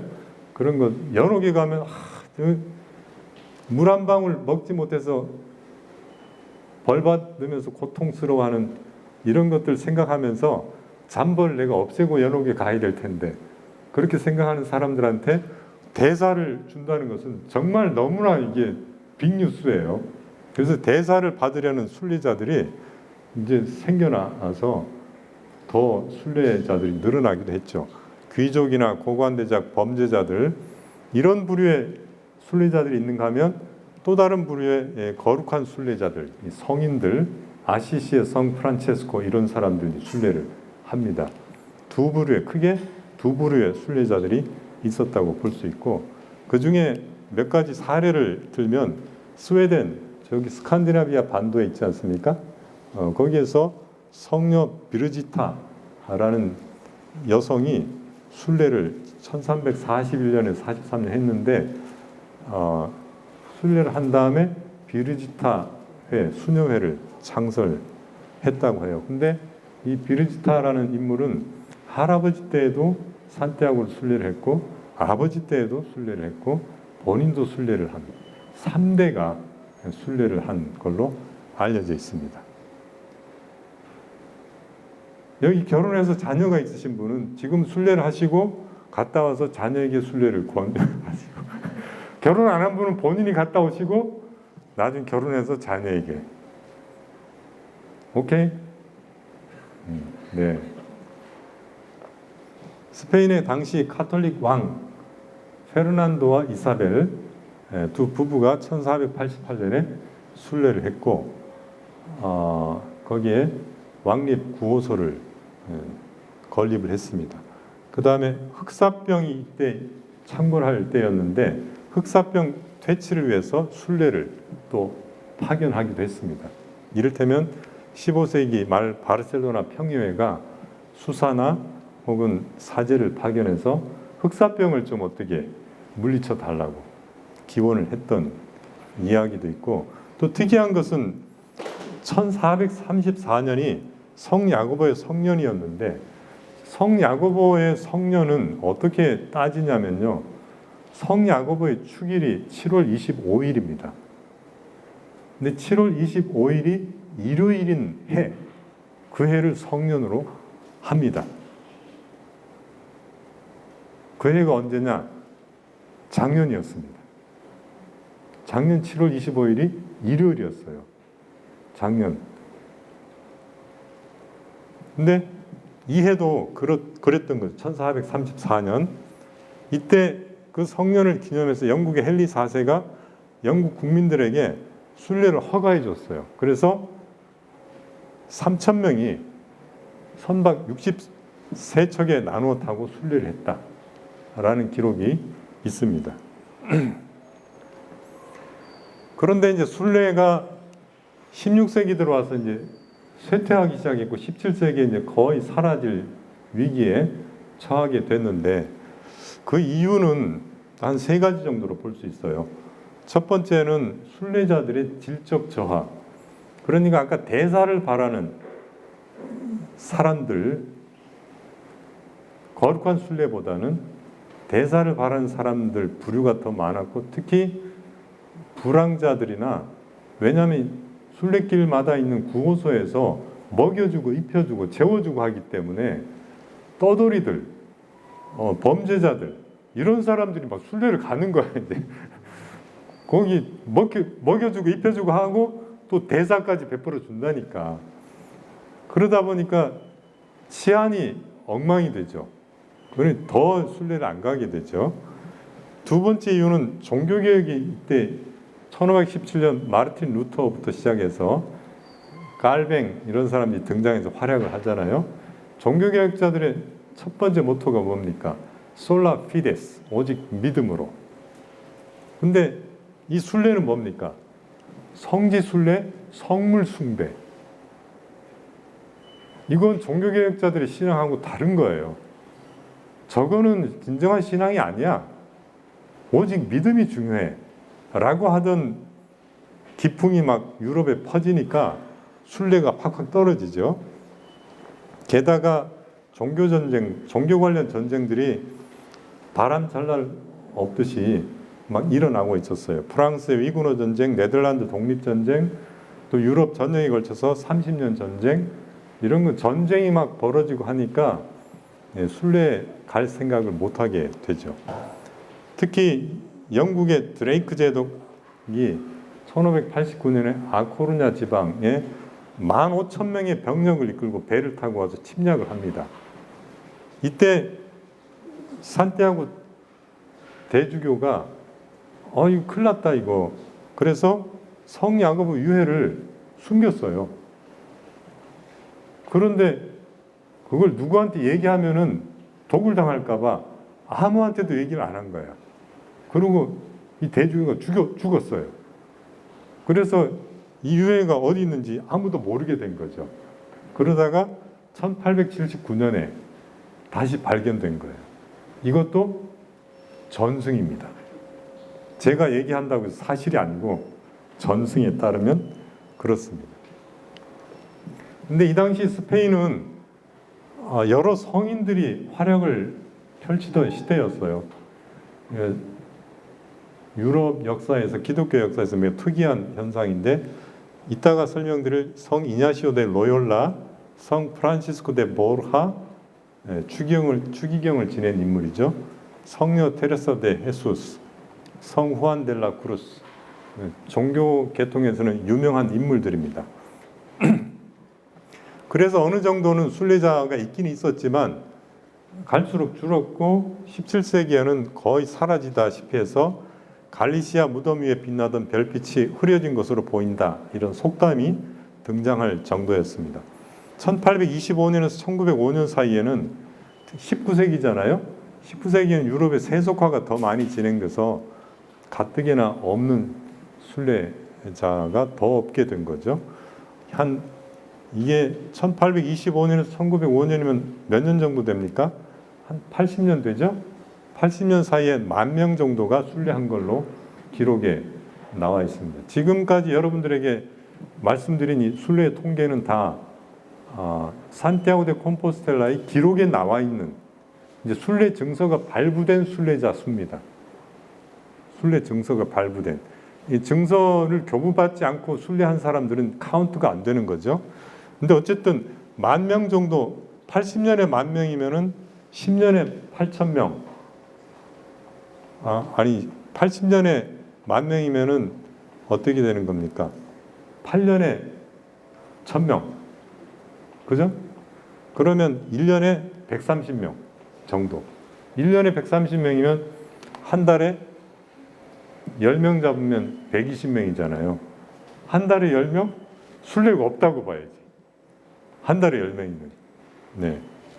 이 정도 됐어요. 그런데 20세기 들어서 이제 변화가 생기기 시작합니다. 20세기 최초의 성년이 1909년이었는데 7월 25일 야고보의 축일이 일요일과 겹치는 해. 그러니까 1909년이었는데 이때 전대사를 베풀기 때문에 순례를 많이 합니다. 그래서 약 15만 명이 순례를 했어요.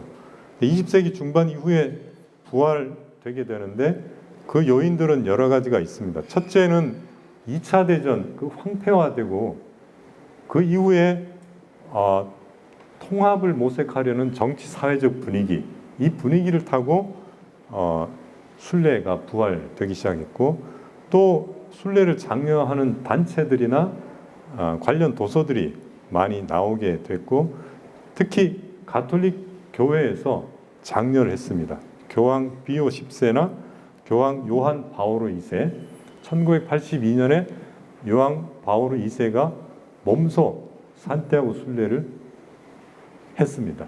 하고 1989년에는 산티아고 데 콤포스텔라 인근의 몬테데 고소라는 언덕에 거기에 한 50만 명 세계 청년들을 모으고 대회까지 했습니다. 1948년에 스페인에서 국민 순례가 진행됐고 이때 10만 명 정도가 참여했고 사실 오늘날의 산티아고 순례가 된 것은 1980년대 들어와서 1985년에 산티아고 데 콤포스텔라가 유네스코 세계유산에 선정됐어요. 이게 도시 자체가 세계유산에 선정됐고 그 다음에 산티아고 순례길이 1987년에 유럽 문화 탐방로로 최초로 지정이 됩니다.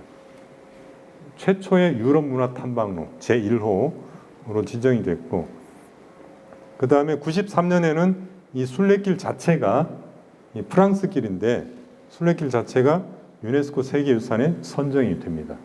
이런저런 것들이 이제 어우러져서 2017년에 30만 명 이상이 순례하는 아까 말씀드린 대로 순례 증서가 교부된 통계가 30만이 넘게 됩니다.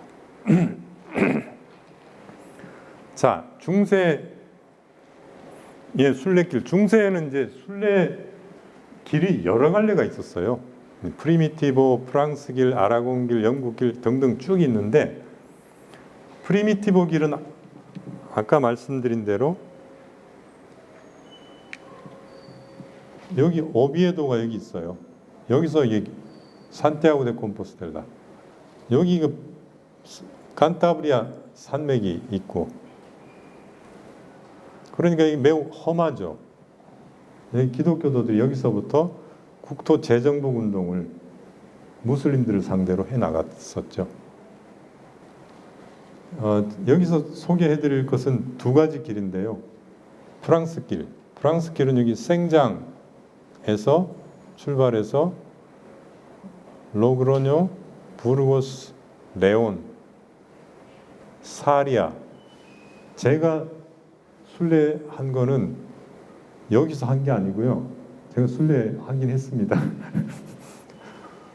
사리아에서 했습니다. 이제 여기서 순례해놓고 순례 얘기하고 있나 그런 눈빛으로 보시는 것 같아요. 그렇지 않습니다. 하루를 해도 순례는 순례입니다. 근데 여기에서 출발한 순례자가 많습니다. 여기 5박 6일 코스거든요. 일주일 정도 우리 현대인들에게 순례하기에 딱 안성맞춤이에요. 네, 이렇게 해서 산티아고 데 콤포스텔라까지. 이게 프랑스길, 파란색 프랑스길인데 순례길이 정말 다양한데요. 제일 긴 순례길은 세비야에서 출발하는 이 길이에요. 이렇게 해서 이렇게 산티아고 데 콤포스텔라 길 956km. 프랑스 길은 780km. 제가 여기서 순례를 하는데 열심히 막 걸으시는 할아버지가 계시더라고요. 이제 인사를 나누고 같이 걸으면서 대화를 했는데 그 옆에 여성이 있었고, 할아버지는 대화를 나눠보니까 85세였고 그 여성 나이를 물어보기가 좀 애매한 상황이었어요. 왜냐하면 50대로 보이는데 딸은 아닌 것 같고 애매모호한 사이인 것 같아서 그거 물어보면 실례잖아요. 그냥 짐작만 할 뿐이지. 그런데 이 양반이 마요르카에서 출발해서 순례를 하고 있더라고요. 근데 속도가 엄청 빨라요. 경쾌해. 이 경쾌한 걸음이 덜 힘들다면서 경쾌하게 걸으시더라고요. 예, 그 순례자를 만난 적이 있습니다. 그분이 걸은 길이 라플라타 길. 라플라타 길은 그 양반은 이렇게 해서 이렇게 왔겠지만 세비야에 와서 여기서부터 출발하는 것이 확대가 되네요. 이런 기능이 있는 줄 몰랐는데, 네, 그렇게 해서 네, 순례를 하던 분을 만난 적이 있고요. 그다음에 중요한 거는 이제 프랑스 길이에요. 한국인들에게 많이 알려져 있는 길인데 프랑스 내에도 순례길이 이렇게 많습니다. 이게 다 프랑스 자체의 순례길이 아니고 산티아고 데 콤포스텔라로 가는 순례길들이에요. 크게 이제 네 부류가 이 툴루즈 이 아래쪽에, 그 다음에 르피 여기, 그 다음에 리모주 여기, 그 다음에 파리에서 뚜르로 해서 이렇게 뚜르길 혹은 파리길이라고 부르는 크게 네 갈래의 길이 있습니다. 그 다음에 순례의 상징들, 이제 시간을 좀 속도를 내야 될 때가 왔네요. 이게 칼릭스투 서책, 최초의 순례 안내서하고, 요거는 순례자 여권이에요. 라 크레덴시알 델 페레그리노, 스페인어로 여권. 여기에 순례자 여권은 순례 출발지에서 이게 특정한 지역에서만 교부를 할 수가 있습니다. 이 여권이 필요한 거는 우리 일반 여권하고 생각하시면 이해는 되실 거예요. 어떤 곳을 지날 때는 도장을 받아야 됩니다. 그래야 순례를 했다는 게 확인이 되거든요. 이 도장 찍힌 것들이 있죠. 저도 순례했다는 걸 증명하기 위해서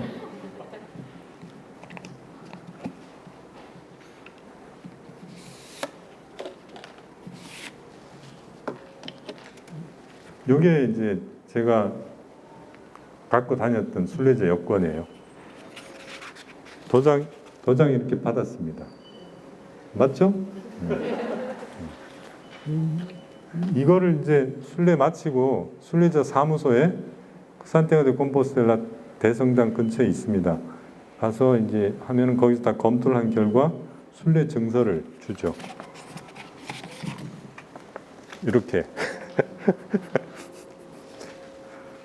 여기 보면 뭐 제 이름도 들어가 있고 킨세 맨시스 노비엠브레 아노 도미니 2019년 이렇게 돼 있습니다. 2019년 11월 19일 날 제가 저기에 도착했네요. 그 다음에 이게 향로인데 여기 이제 산티아고 데 콤포스텔라 대성당 안에 있습니다. 시간 관계상 생략하고요. 이정표, 이런 이정표들을 만날 수가 있고요. 또 프랑스 길에서는 노란색 화살표를 그려놓은 곳들이 꽤 있습니다. 걷다 보면 이게 매우 반가워요. 왜냐하면 헷갈릴 만한 곳에는 이게 반드시 있어요. 그 다음에 여기 조가비하고 표주박. 조가비, 요거는 요새 거기 팔아요. 이게 좀 비쌉니다. 근데 표주박은 안 샀어요. 조가비 얽힌 내력도 있고 한데 생략하겠습니다. 조가비가 길에 이쪽이 이제 진행 방향이에요. 제가 레온에서 이제 이거를 찍은 건데 이렇게 돼 있습니다. 지도 교수가 조가비 보라고 얘기를 하시더라고요. 이 방향을 알려주죠. 왜 도시에 들어가면 어느 길로 가야 될지 더 헷갈리거든요. 그럴 때 군데군데 요거를 이제 설치를 해놨고, 이걸 현대식으로 유럽 색깔에다가 조가비를 상징화한 디자인이고요. 순례의 원동력은 작자 미상의 시를 제가 대신했는데요. 한번 읽어드리겠습니다. 먼지와 흙, 태양과 비, 이것이 산떼하고 순례길, 수없이 많은 순례자들, 그리고 1,000년. 그러니까 1,000년이라는 문구가 나오는 걸 볼 때 아마 10세기에서 한 1,000년이 흘러간 20세기 초쯤에 어느 시인이 쓴 것이 아닌가 짐작합니다. 순례자여 누가 너를 불렀나? 무슨 힘이 너를 이끌었나? 별들의 길도 거대한 대성당도 아니다. 나바라인의 용맹함도, 라 리오하의 포도주도, 갈리시아의 해산물도, 카스티아의 들판도 아니다. 이게 순례자들 보면 이런 걸 좋아하는 분들이 있더라고요. 근데 이런 것들도 아니다. 역사도 아니고 문화도 아니고 산토 도밍고 델라 칼사다의 닭도 아니고 가우디의 궁전도 아니고 폼페라다의 성체도 아니다. 걸으면서 이 모든 걸 본다. 그걸 보는 건 즐겁다. 하지만 마음속 깊은 데서 들려오는 나를 부르는 음성이 있다. 나를 밀어붙이는 힘, 나를 이끄는 힘이 있다. 뭐라고 말할 수 없는 힘이 오직 위에 계신 그분만이 그걸 아신다. 뭔지 짐작하셨죠? 네. 그 다음에 최근에 순례자들 통계를 갖고 좀 설명을 드리면 1991년과 2019년 좀 비교를 했습니다. 1991년 현재는 남성이 대다수였어요. 69%. 여성이 31%. 54%가 30세 미만. 학생들이 주로 많이 갔습니다. 학생들. 그리고 교수들, 은퇴자들, 군인들이 왜 갔는지 참 희한한데 피고용자들, 의사, 사제, 기술자, 환자 이런 순서로 갔다고 해요. 요거는 큰 변화인데 왜냐하면 과거에는 귀족이나 고위 성직자들, 훌륭한 상인들이 주로 순례를 떠났는데 변화가 생긴 겁니다. 국가별로 보면은 스페인 사람들이 65%고 프랑스인, 독일인, 벨기에인 이런 순으로 나가고 2019년이 되면은 한 35만 명이 순례를 하게 되는데 이 순례 통계는 순례 증서를 교부한 수예요. 여성이 51%. 요즘 여성들이 더 많이 가요. 제가 순례할 때도 여성들을 더 많이 만났습니다. 그러니까 여기 남학생들 있습니까? 여성들을 만나고 싶으면 순례를 떠나시면 됩니다. 30세에서 60세가 54.5%. 이 말은 무슨 말인가? 변화가 생겼다는 거죠. 이게 사회생활하면서 치이는 사람들이 더 많이 가고 있다는 그런 의미가 되겠습니다. 도보 순례가 94%. 근데 자전거 순례도 있어요. 말 타고 하는 순례도 있고 배를 타고 하는 것도 있고 휠체어도 없지는 않습니다. 종교 문화적 동기 48.7%. 국가별로 보면 스페인 사람들이 단연 앞서고 특이하게도 유럽이 아닌 곳에서는 미국이 한국보다 앞서 있고 한국이 8번째입니다. 8,224명 2019년 현재 등록된 거기 때문에 제가 어느 기사에서 확인한 거는 한 2만 명 정도 한 해에 한국 사람이 다녀온다고 해요. 2만 명이 수면 엄청납니다. 주로 이제 프랑스 길을 이용하고 있고 제일 선호하는 출발지는 아까 제가 말씀드린 사리아. 사리아. 예? 제가 순례할 때 한국에서 비행기가 전 세계를 뛰어갖고 왔더라고요. 그 당시 롯데관광이 전세기 2대를 띄워가지고 뿌렸어요. 그러니까 부딪히는 사람들이 한국 사람들이야. 순례길에. 네. 그리고 제일 순례하기 좋은 계절은 사람들이 5월에서 10월, 8월이 제일 많습니다. 하루에 산티아고 데 콤포스텔라 순례자 사무소에 들러서 교부하는 사람들 수만 2,000명입니다. 2,000명. 하루에. 네, 오늘날의 산티아고 순례길이 큰 길만 해도 이렇게 되고요. 프랑스 길, 프랑스의 생장 피에드 포르에서 출발하거나 스페인의 론세스 바이에스에서 산티아고 데 콤포스텔라까지 780km, 33개 구간, 5개 지방, 9개 주도를 지나는, 그래서 다양한 배경의 사람들과 문화들, 다양한 양식의 건축물, 수도원, 성들, 강과 숲, 이야기들, 이런 것들을 추억을 만들기에 안성맞춤이다 라고 말씀드릴 수 있고, 2004년도에는 프랑스 길이 스페인에서 유명한 세계적으로 알려진 상인데 아스투리아스 왕세자 상을 수상했다고 합니다. 보통 순례는 하루에 한 20에서 25km 정도 주파를 하고요. 오전에 주로 걷고 오후에는 휴식을 취하게 됩니다. 이게 생장 피에드 포르의 전경이고, 론세스 바이에스에 있는 산티아고 교회, 로그로뇨 포도 재배를 많이 하는 포도밭 사이를 걷고 있는 순례자들, 저기 산후안데 오르테가 수도원, 부르고스, 유네스코 세계유산에 등재되어 있는 부르고스 대성당, 순례자 동상, 저기는 카스티아 평원이에요. 그러니까 풍광들이 다양하다는 것을 보여드리려고 넣어놨습니다. 레온 대성당, 여기 스테인드 글라스가 유명하고요. 저건 레온 주에 있는 아스토르가 성벽, 고대 로마 성벽의 중세에 개축한 그 성벽. 폰페라다로 가는 길에 있는 산에 폰세바돈 산에 있는 철제 십자가인데, 여기가 프랑스 길에서 해발이 제일 높은 곳입니다.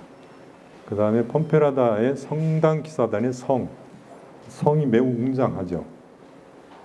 그 다음에 요거는 갈리시아 지방에 들어가면 볼 수 있는 전통 가옥, 고대 켈트족이 쓰던 사용하던 집인데, 돌담 집이고 지붕은 밀집으로 엮었습니다. 풀포 아페이라, 갈리시아 지방에 갈수록 볼 수 있는 요리인데, 이건 삶은 문어에다가 소금하고 파프리카 가루하고 올리브유를 쳐서 감자하고 빵하고 곁들여서 먹는 음식입니다. 여기가 산티아고 데 콤포스텔라 대성당 앞에 오브라도이로 광장, 여기에 저기 사람들이 서 있는 지점쯤에 0km 기점이 있습니다. 네, 그래서 순례를 이제 마무리하는 마지막 행위는 제가 요거는 읽어드리려고 표시를 해뒀는데, 순례를 쭉 출발해서 생장 피에드 포르에서 쭉 가서 산티아고 데 콤포스텔라에 도착했고, 오브라도이로 광장에 와서 대성당에 들어가서 순례를 마무리하는 행위가 어떤 건가 하면, 요걸 알아야 돼요. 요거 마무리한 행위를 안 하시면 순례를 마무리 못한 겁니다. 순례자는 대성당 안에 사도 성 야고보 동상이 있습니다. 그 동상 앞에 있는 기도대에 무릎을 꿇고 감사 기도를 드린 후에 제단 뒤편에 계단을 올라가 성인의 동상을 앞에서 무릎 꿇고 기도할 때 본 그 동상을 뒤로 돌아가서 그 동상의 뒤에서 이제 끌어안고 소원을 아뢰는 기도를 드린다. 이때 야고보 성인의 가슴에 장식된 조가비를 오른손으로 만지면 좋다는 이야기가 있다. 이것이 순례를 마무리하는 마지막 행위이다. 알겠죠? 그래서 순례 증서를 교부를 해야 돼요. 근데 돈을 좀 줘야 됩니다. 저도 할까 말까 망설이다가 했는데, 이것 때문에 통계에 잡히지 않는 순례자들이 많아요. 그 다음에 다시 오브라도이로 광장 0km 기점에 서서 뭘 출발한다고요? 인생의 순례를 출발하는 겁니다. 이냐시오 순례길은 제가 설명을 간략히 해도 될 것 같아요. 이 길은 산티아고 순례길하고 좀 다른 점이, 이냐시오라는 성인이 직접 걸은 길이라는 거죠. 네. 이냐시오는 아마 생소한 분들이 대부분일 텐데요. 예수회를 설립한 인물이에요. 영신수련이라는 책을 쓴 사람이고 1491년생이고 15세기 말 16세기를 살았던 사람이죠. 그런데 자신의 정체성을 이 사람이 자서전을 남겼는데 자신은 순례자다 이렇게 규정을 했습니다. 그리고 직접 이 길을 걸었고요. 순례자 이냐시오의 생애를 뭐 여러 가지로 말씀드릴 수 있는데 지금 시간이 많이 흘러서 로욜라라고 북쪽의 조그만 마을에서 태어났고 그 당시는 카스티아 왕국 시절이었기 때문에 수도가 아레발로 지방에 있었어요. 그래서 수도권 생활을 하다가 다시 북쪽으로 올라가서 시골 생활을 했는데 문제는 요거는 이해를 하셔도 되고 안 하셔도 되는데 나바라 지방에 지금 팜플로나 소머리 축제로 유명한 곳 있죠? 그쪽 지방이 나바라 지방이에요. 근데 그쪽에 나바라라는 국가가 카스티아에서 정복이 됩니다. 그래서 통합이 되죠. 그러니까 나바라는 독립을 하려고 하고 독립을 하려는 게 힘이 약하니까 프랑스를 끌어들여요.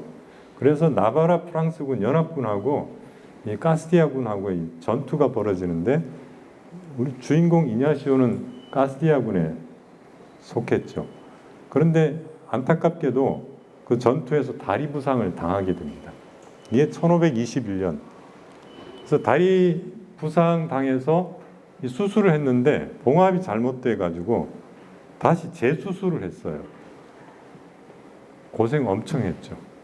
근데 재수술도 잘못돼서 쩔뚝거리게 됐습니다. 그래서 예전에는 우리 사회에 소개되기를 뭐 상위 군인 이렇게 소개됐는데 이냐시오가 무릎을 여기 정갱이 쪽을 다쳐서 절뚝거린다고 해서 아마 그랬던 것 같습니다. 근데 수술 후 회복 기간이 길었는데 회복 중에 할 일이 없고 따분하니까 집에 있는 책을 이제 읽게 됐는데 두 권의 책을 읽게 됐죠. 성인 열전과 그리스도의 생애. 이건 루벤스라는 화가가 그린 그림인데 이냐시오 생애에 대해서는 이 루벤스의 그림을 제가 빌려 쓸 수가 있게 됐어요. 제가 검색을 하다 보니까 이 그림이 나오더라고요. 근데 그림 소장을 영국 런던에 있는 예수회 연구소에서 소장을 하고 있었어요. 제가 그 소장인 수도사님하고 이메일 교신을 했고 저작권 때문에 사용해도 되냐고 하니까 된다고 하시더라고요. 그래서 감사하게도 쓰게 됐습니다. 그런데 이제 이 두 권의 책을 읽으면서 이냐시오가 회심을 하게 돼요.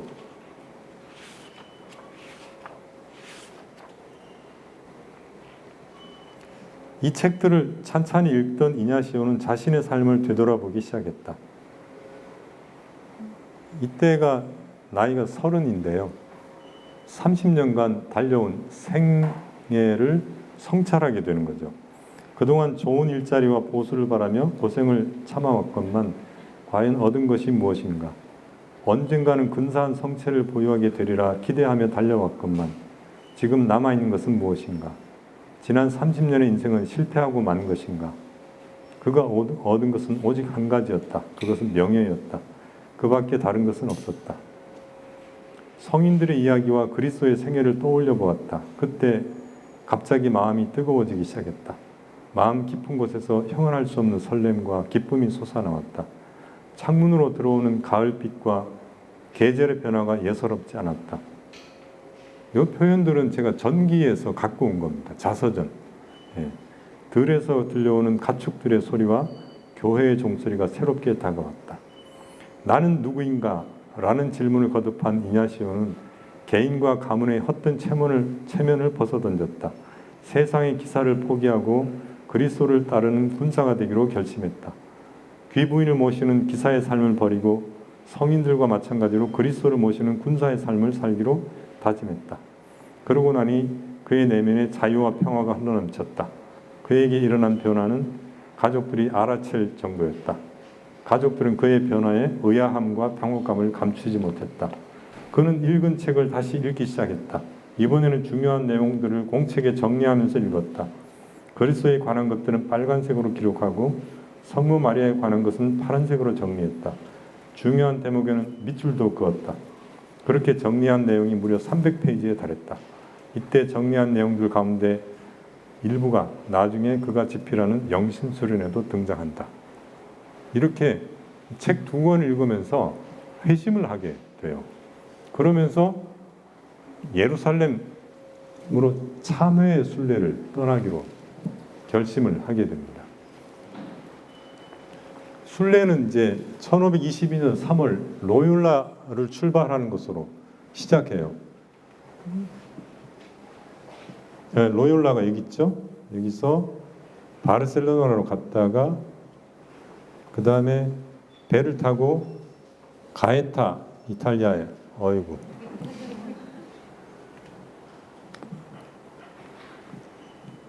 이게 가에타에서 로마, 로마에서 베네치아,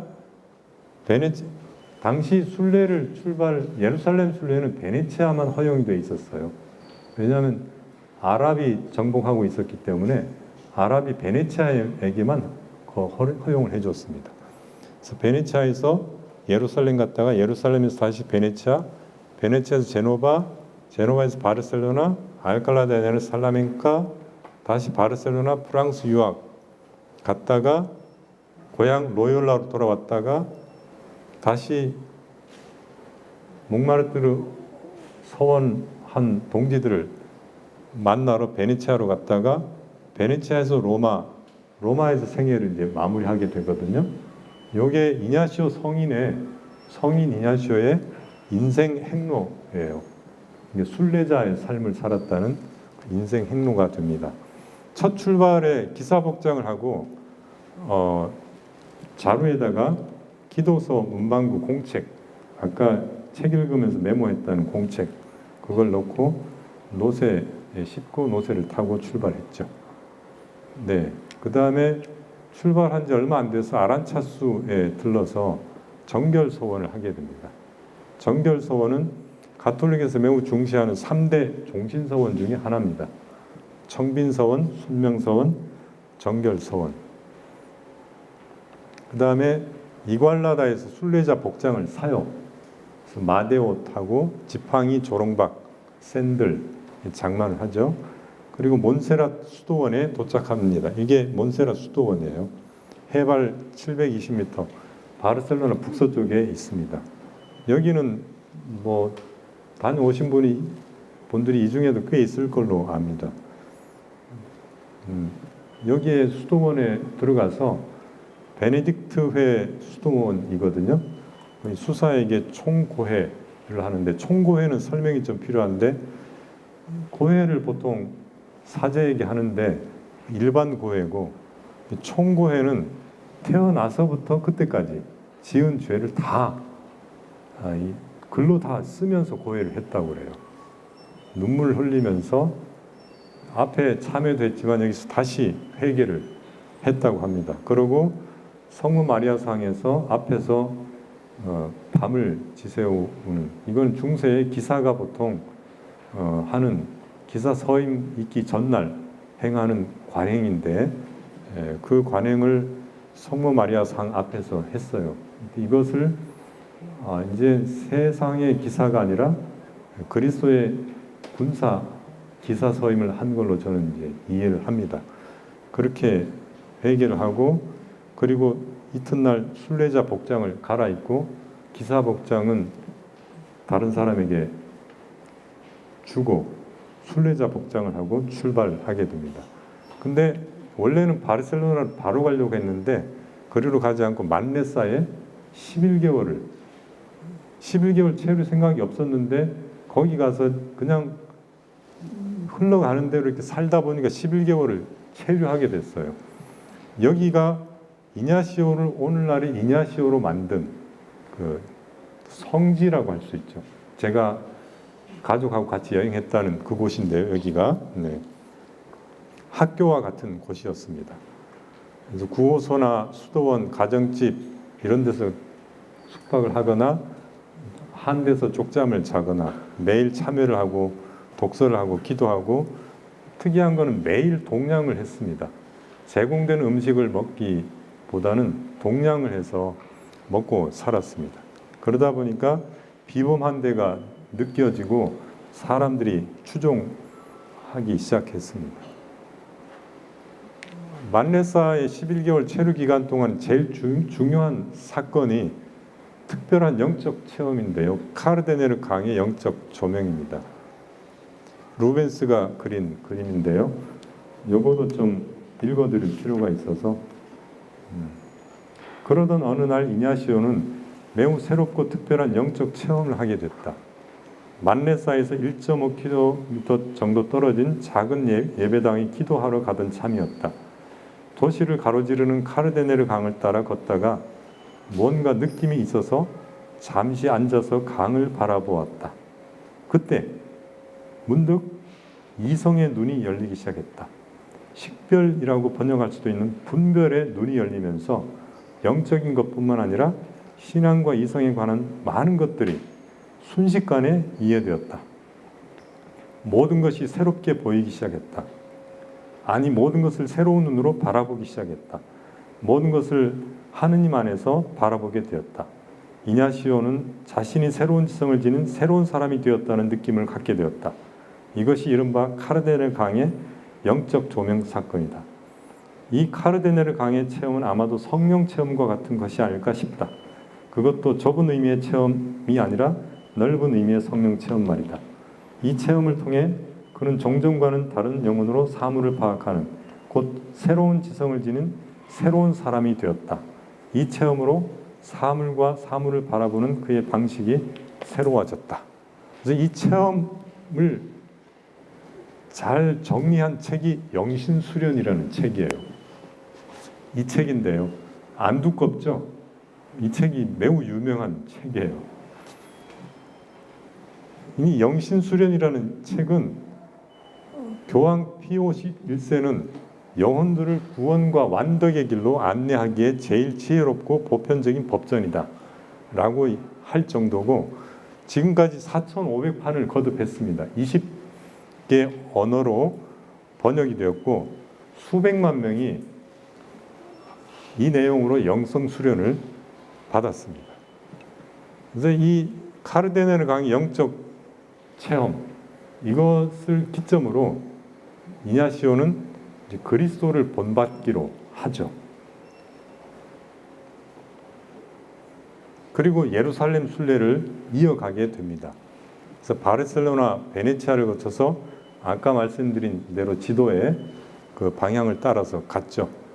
그리고 마침내 1523년 9월 4일 꿈에도 그리던 예루살렘에 도착하게 됩니다. 예루살렘에 도착한 때는 9월 4일이었다.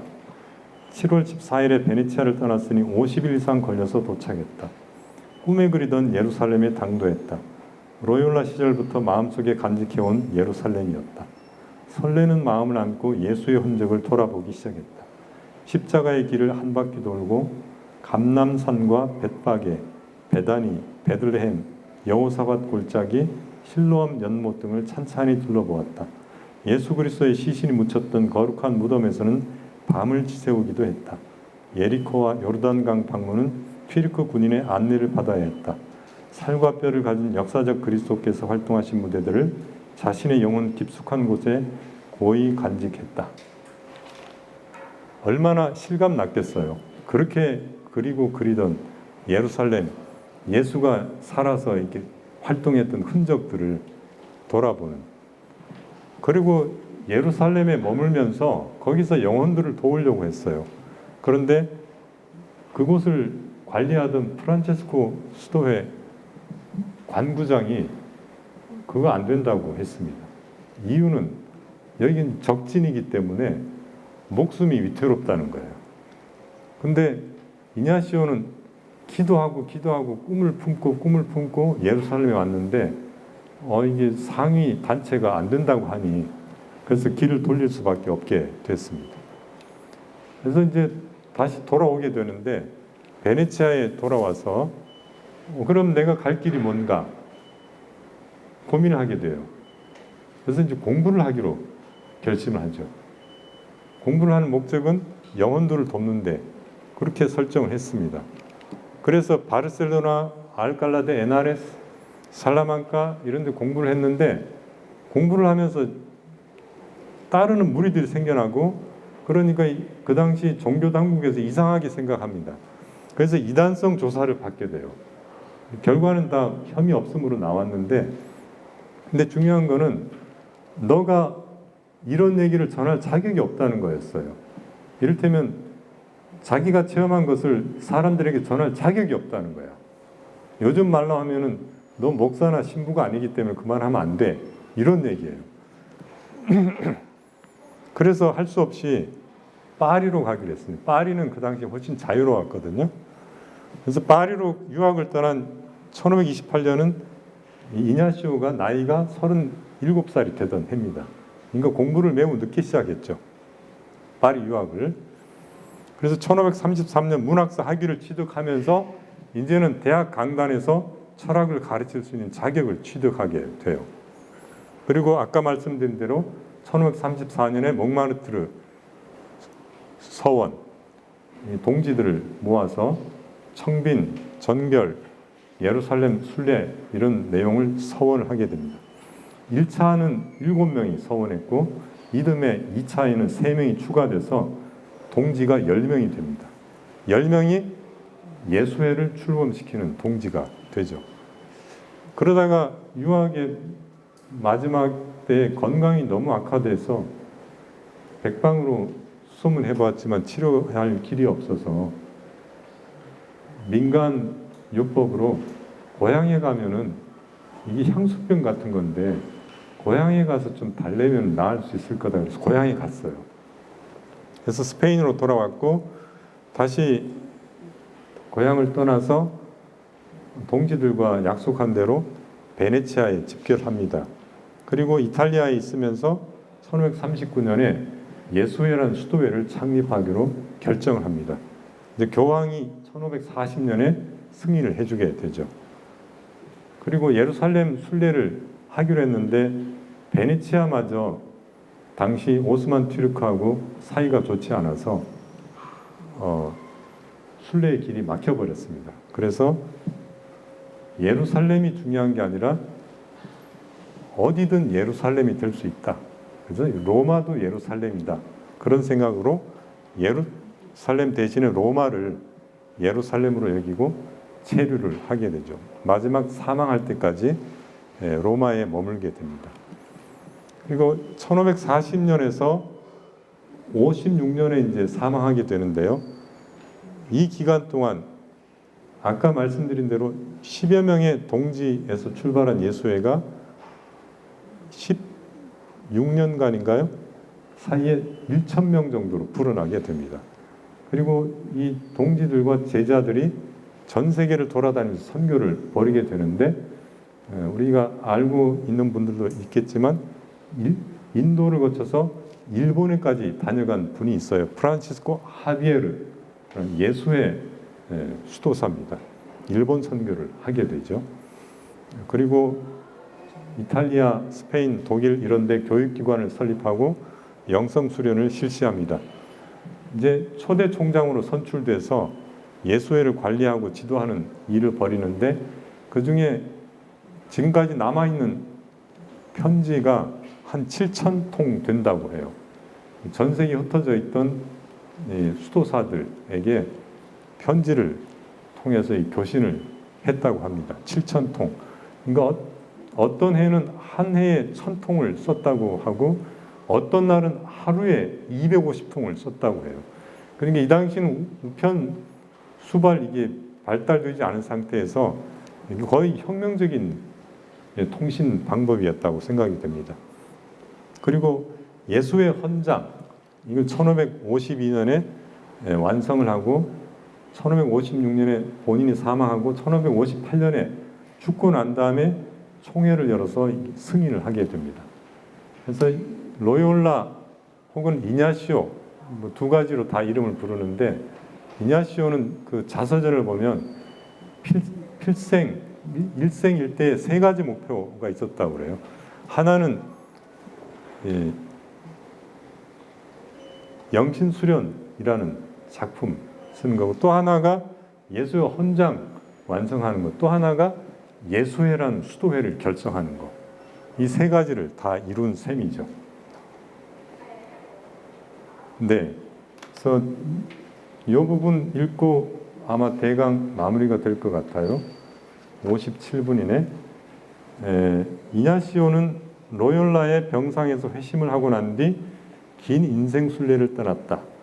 고향 로욜라를 떠나 몬세랏, 만레사, 바르셀로나, 베네치아를 거쳐 예루살렘을 순례하고 바르셀로나와 알칼라드 에나레스와 파리에서 유학했다. 다시 고향에 들렀다가 베네치아를 거쳐 로마에서 그의 생을 마감했다. 그의 삶은 부르심을 받았을 때의 장래의 유업으로 받을 땅에 갈 바를 알지 못하고 나아간 아브라함의 생애와 닮았다. 그가 왜 자신을 순례자라고 생각했는지 그 이유를 짐작할 수 있다. 순례자는 장소를 옮길 때마다 선택을 해야 한다. 선택을 위해서는 그것이 신의 뜻이나 인생의 목표에 부합하는지 분별하는 작업이 필요하다. 이냐시오는 이런 분별 작업을 거쳐 예루살렘에 체류하려던 꿈을 접었고 베네치아에서 한동안 공부를 더하기로 선택했고 살라망카에서 파리행을 결단했다. 인생은 이렇듯 분별과 선택으로 이루어지는 순례와 같다. 사실 순례는 한 장소에서 다른 장소로 이동하는 외형적인 순례에 그치지 않는다. 외형적 순례의 이면에는 내면적 순례가 진행된다. 무질서한 열정이나 애정의 구속을 받는 나에서 자유로운 나로 나아가는 내면의 순례가 이어진다. 이냐시오가 교회를 개혁한 스페인 황금세기 성인들 가운데 대표적 인물로 추앙받는 이유는 필시 그가 내면의 순례를 통해 끊임없이 자신을 개혁했기 때문일 것이다. 그는 회심 이후 영혼을 도우면서 그리스도를 본받는 일에 평생을 바쳤다. 이냐시오는 천천히 걸어 다녔다. 그는 65년의 생을 나그네와 같이 순례했다. 그리고 예수회와 영신수련 같은 순례의 흔적을 우리들에게 남겼다. 우리는 과연 어떤 흔적을 남기게 될까? 이게 순례자 이냐시오를 살펴보면서 제가 정리한 마지막 소회였어요. 이냐시오 순례길은 여기 로욜라가 여기 있습니다. 그래서 바르셀로나가 여기 있고요. 만레사가 여기예요. 이렇게 이어지게 되죠. 이게 650km 정도, 25개 구간 650km 정도 됩니다. 이 길은 절제와 고독의 길로 알려져 있어요. 이제 허랑방탕하다, 절제가 좀 필요하다, 좀 고독을 맛보고 싶다. 그런 사람들은 산티아고 순례길보다는 이 길을 걸으시면 돼요. 네? 이 길은 산티아고 순례길을 걸은 사람들이 많이 걷는다고 해요. 근데 지금 현재 매년 한 200~300명 그렇게 많이 걷지는 않고 있습니다. 이 길은 좀 험해요. 그리고 정보가 부정확한 것들이 아직 많고, 그래서 이제 정보를 정확하게 파악하고 출발하는 게 필요합니다. 여기서부터는 몇 가지 사진 자료 좀 준비했고요. 이게 이 부분의 안쪽에 있는 게 동굴이에요. 여기서 영신수련을 집필했습니다. 여기를 내다보면 몬세랏 산이 보입니다. 여기가 바실리카, 그리고 여기 이냐시오 동굴이 있고요. 여기서 이냐시오가 주로 영신수련 집필을 하면서 묵상하면서 했죠. 여기에 보입니까? 제가 앉아있던 곳이에요. 저기 앉아서 여러 가지 신비로운 거룩한 교감을 이냐시오와 할 수 있게 됐습니다. 지금도 제 마음에 살아 있습니다. 여기까지 말씀드리겠습니다.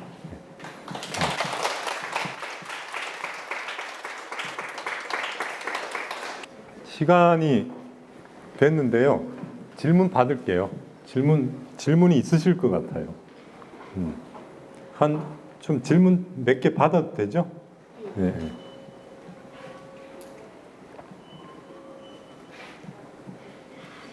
네.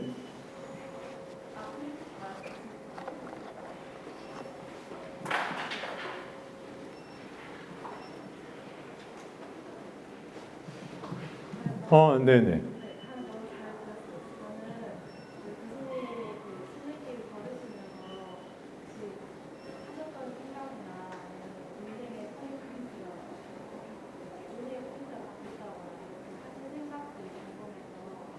네.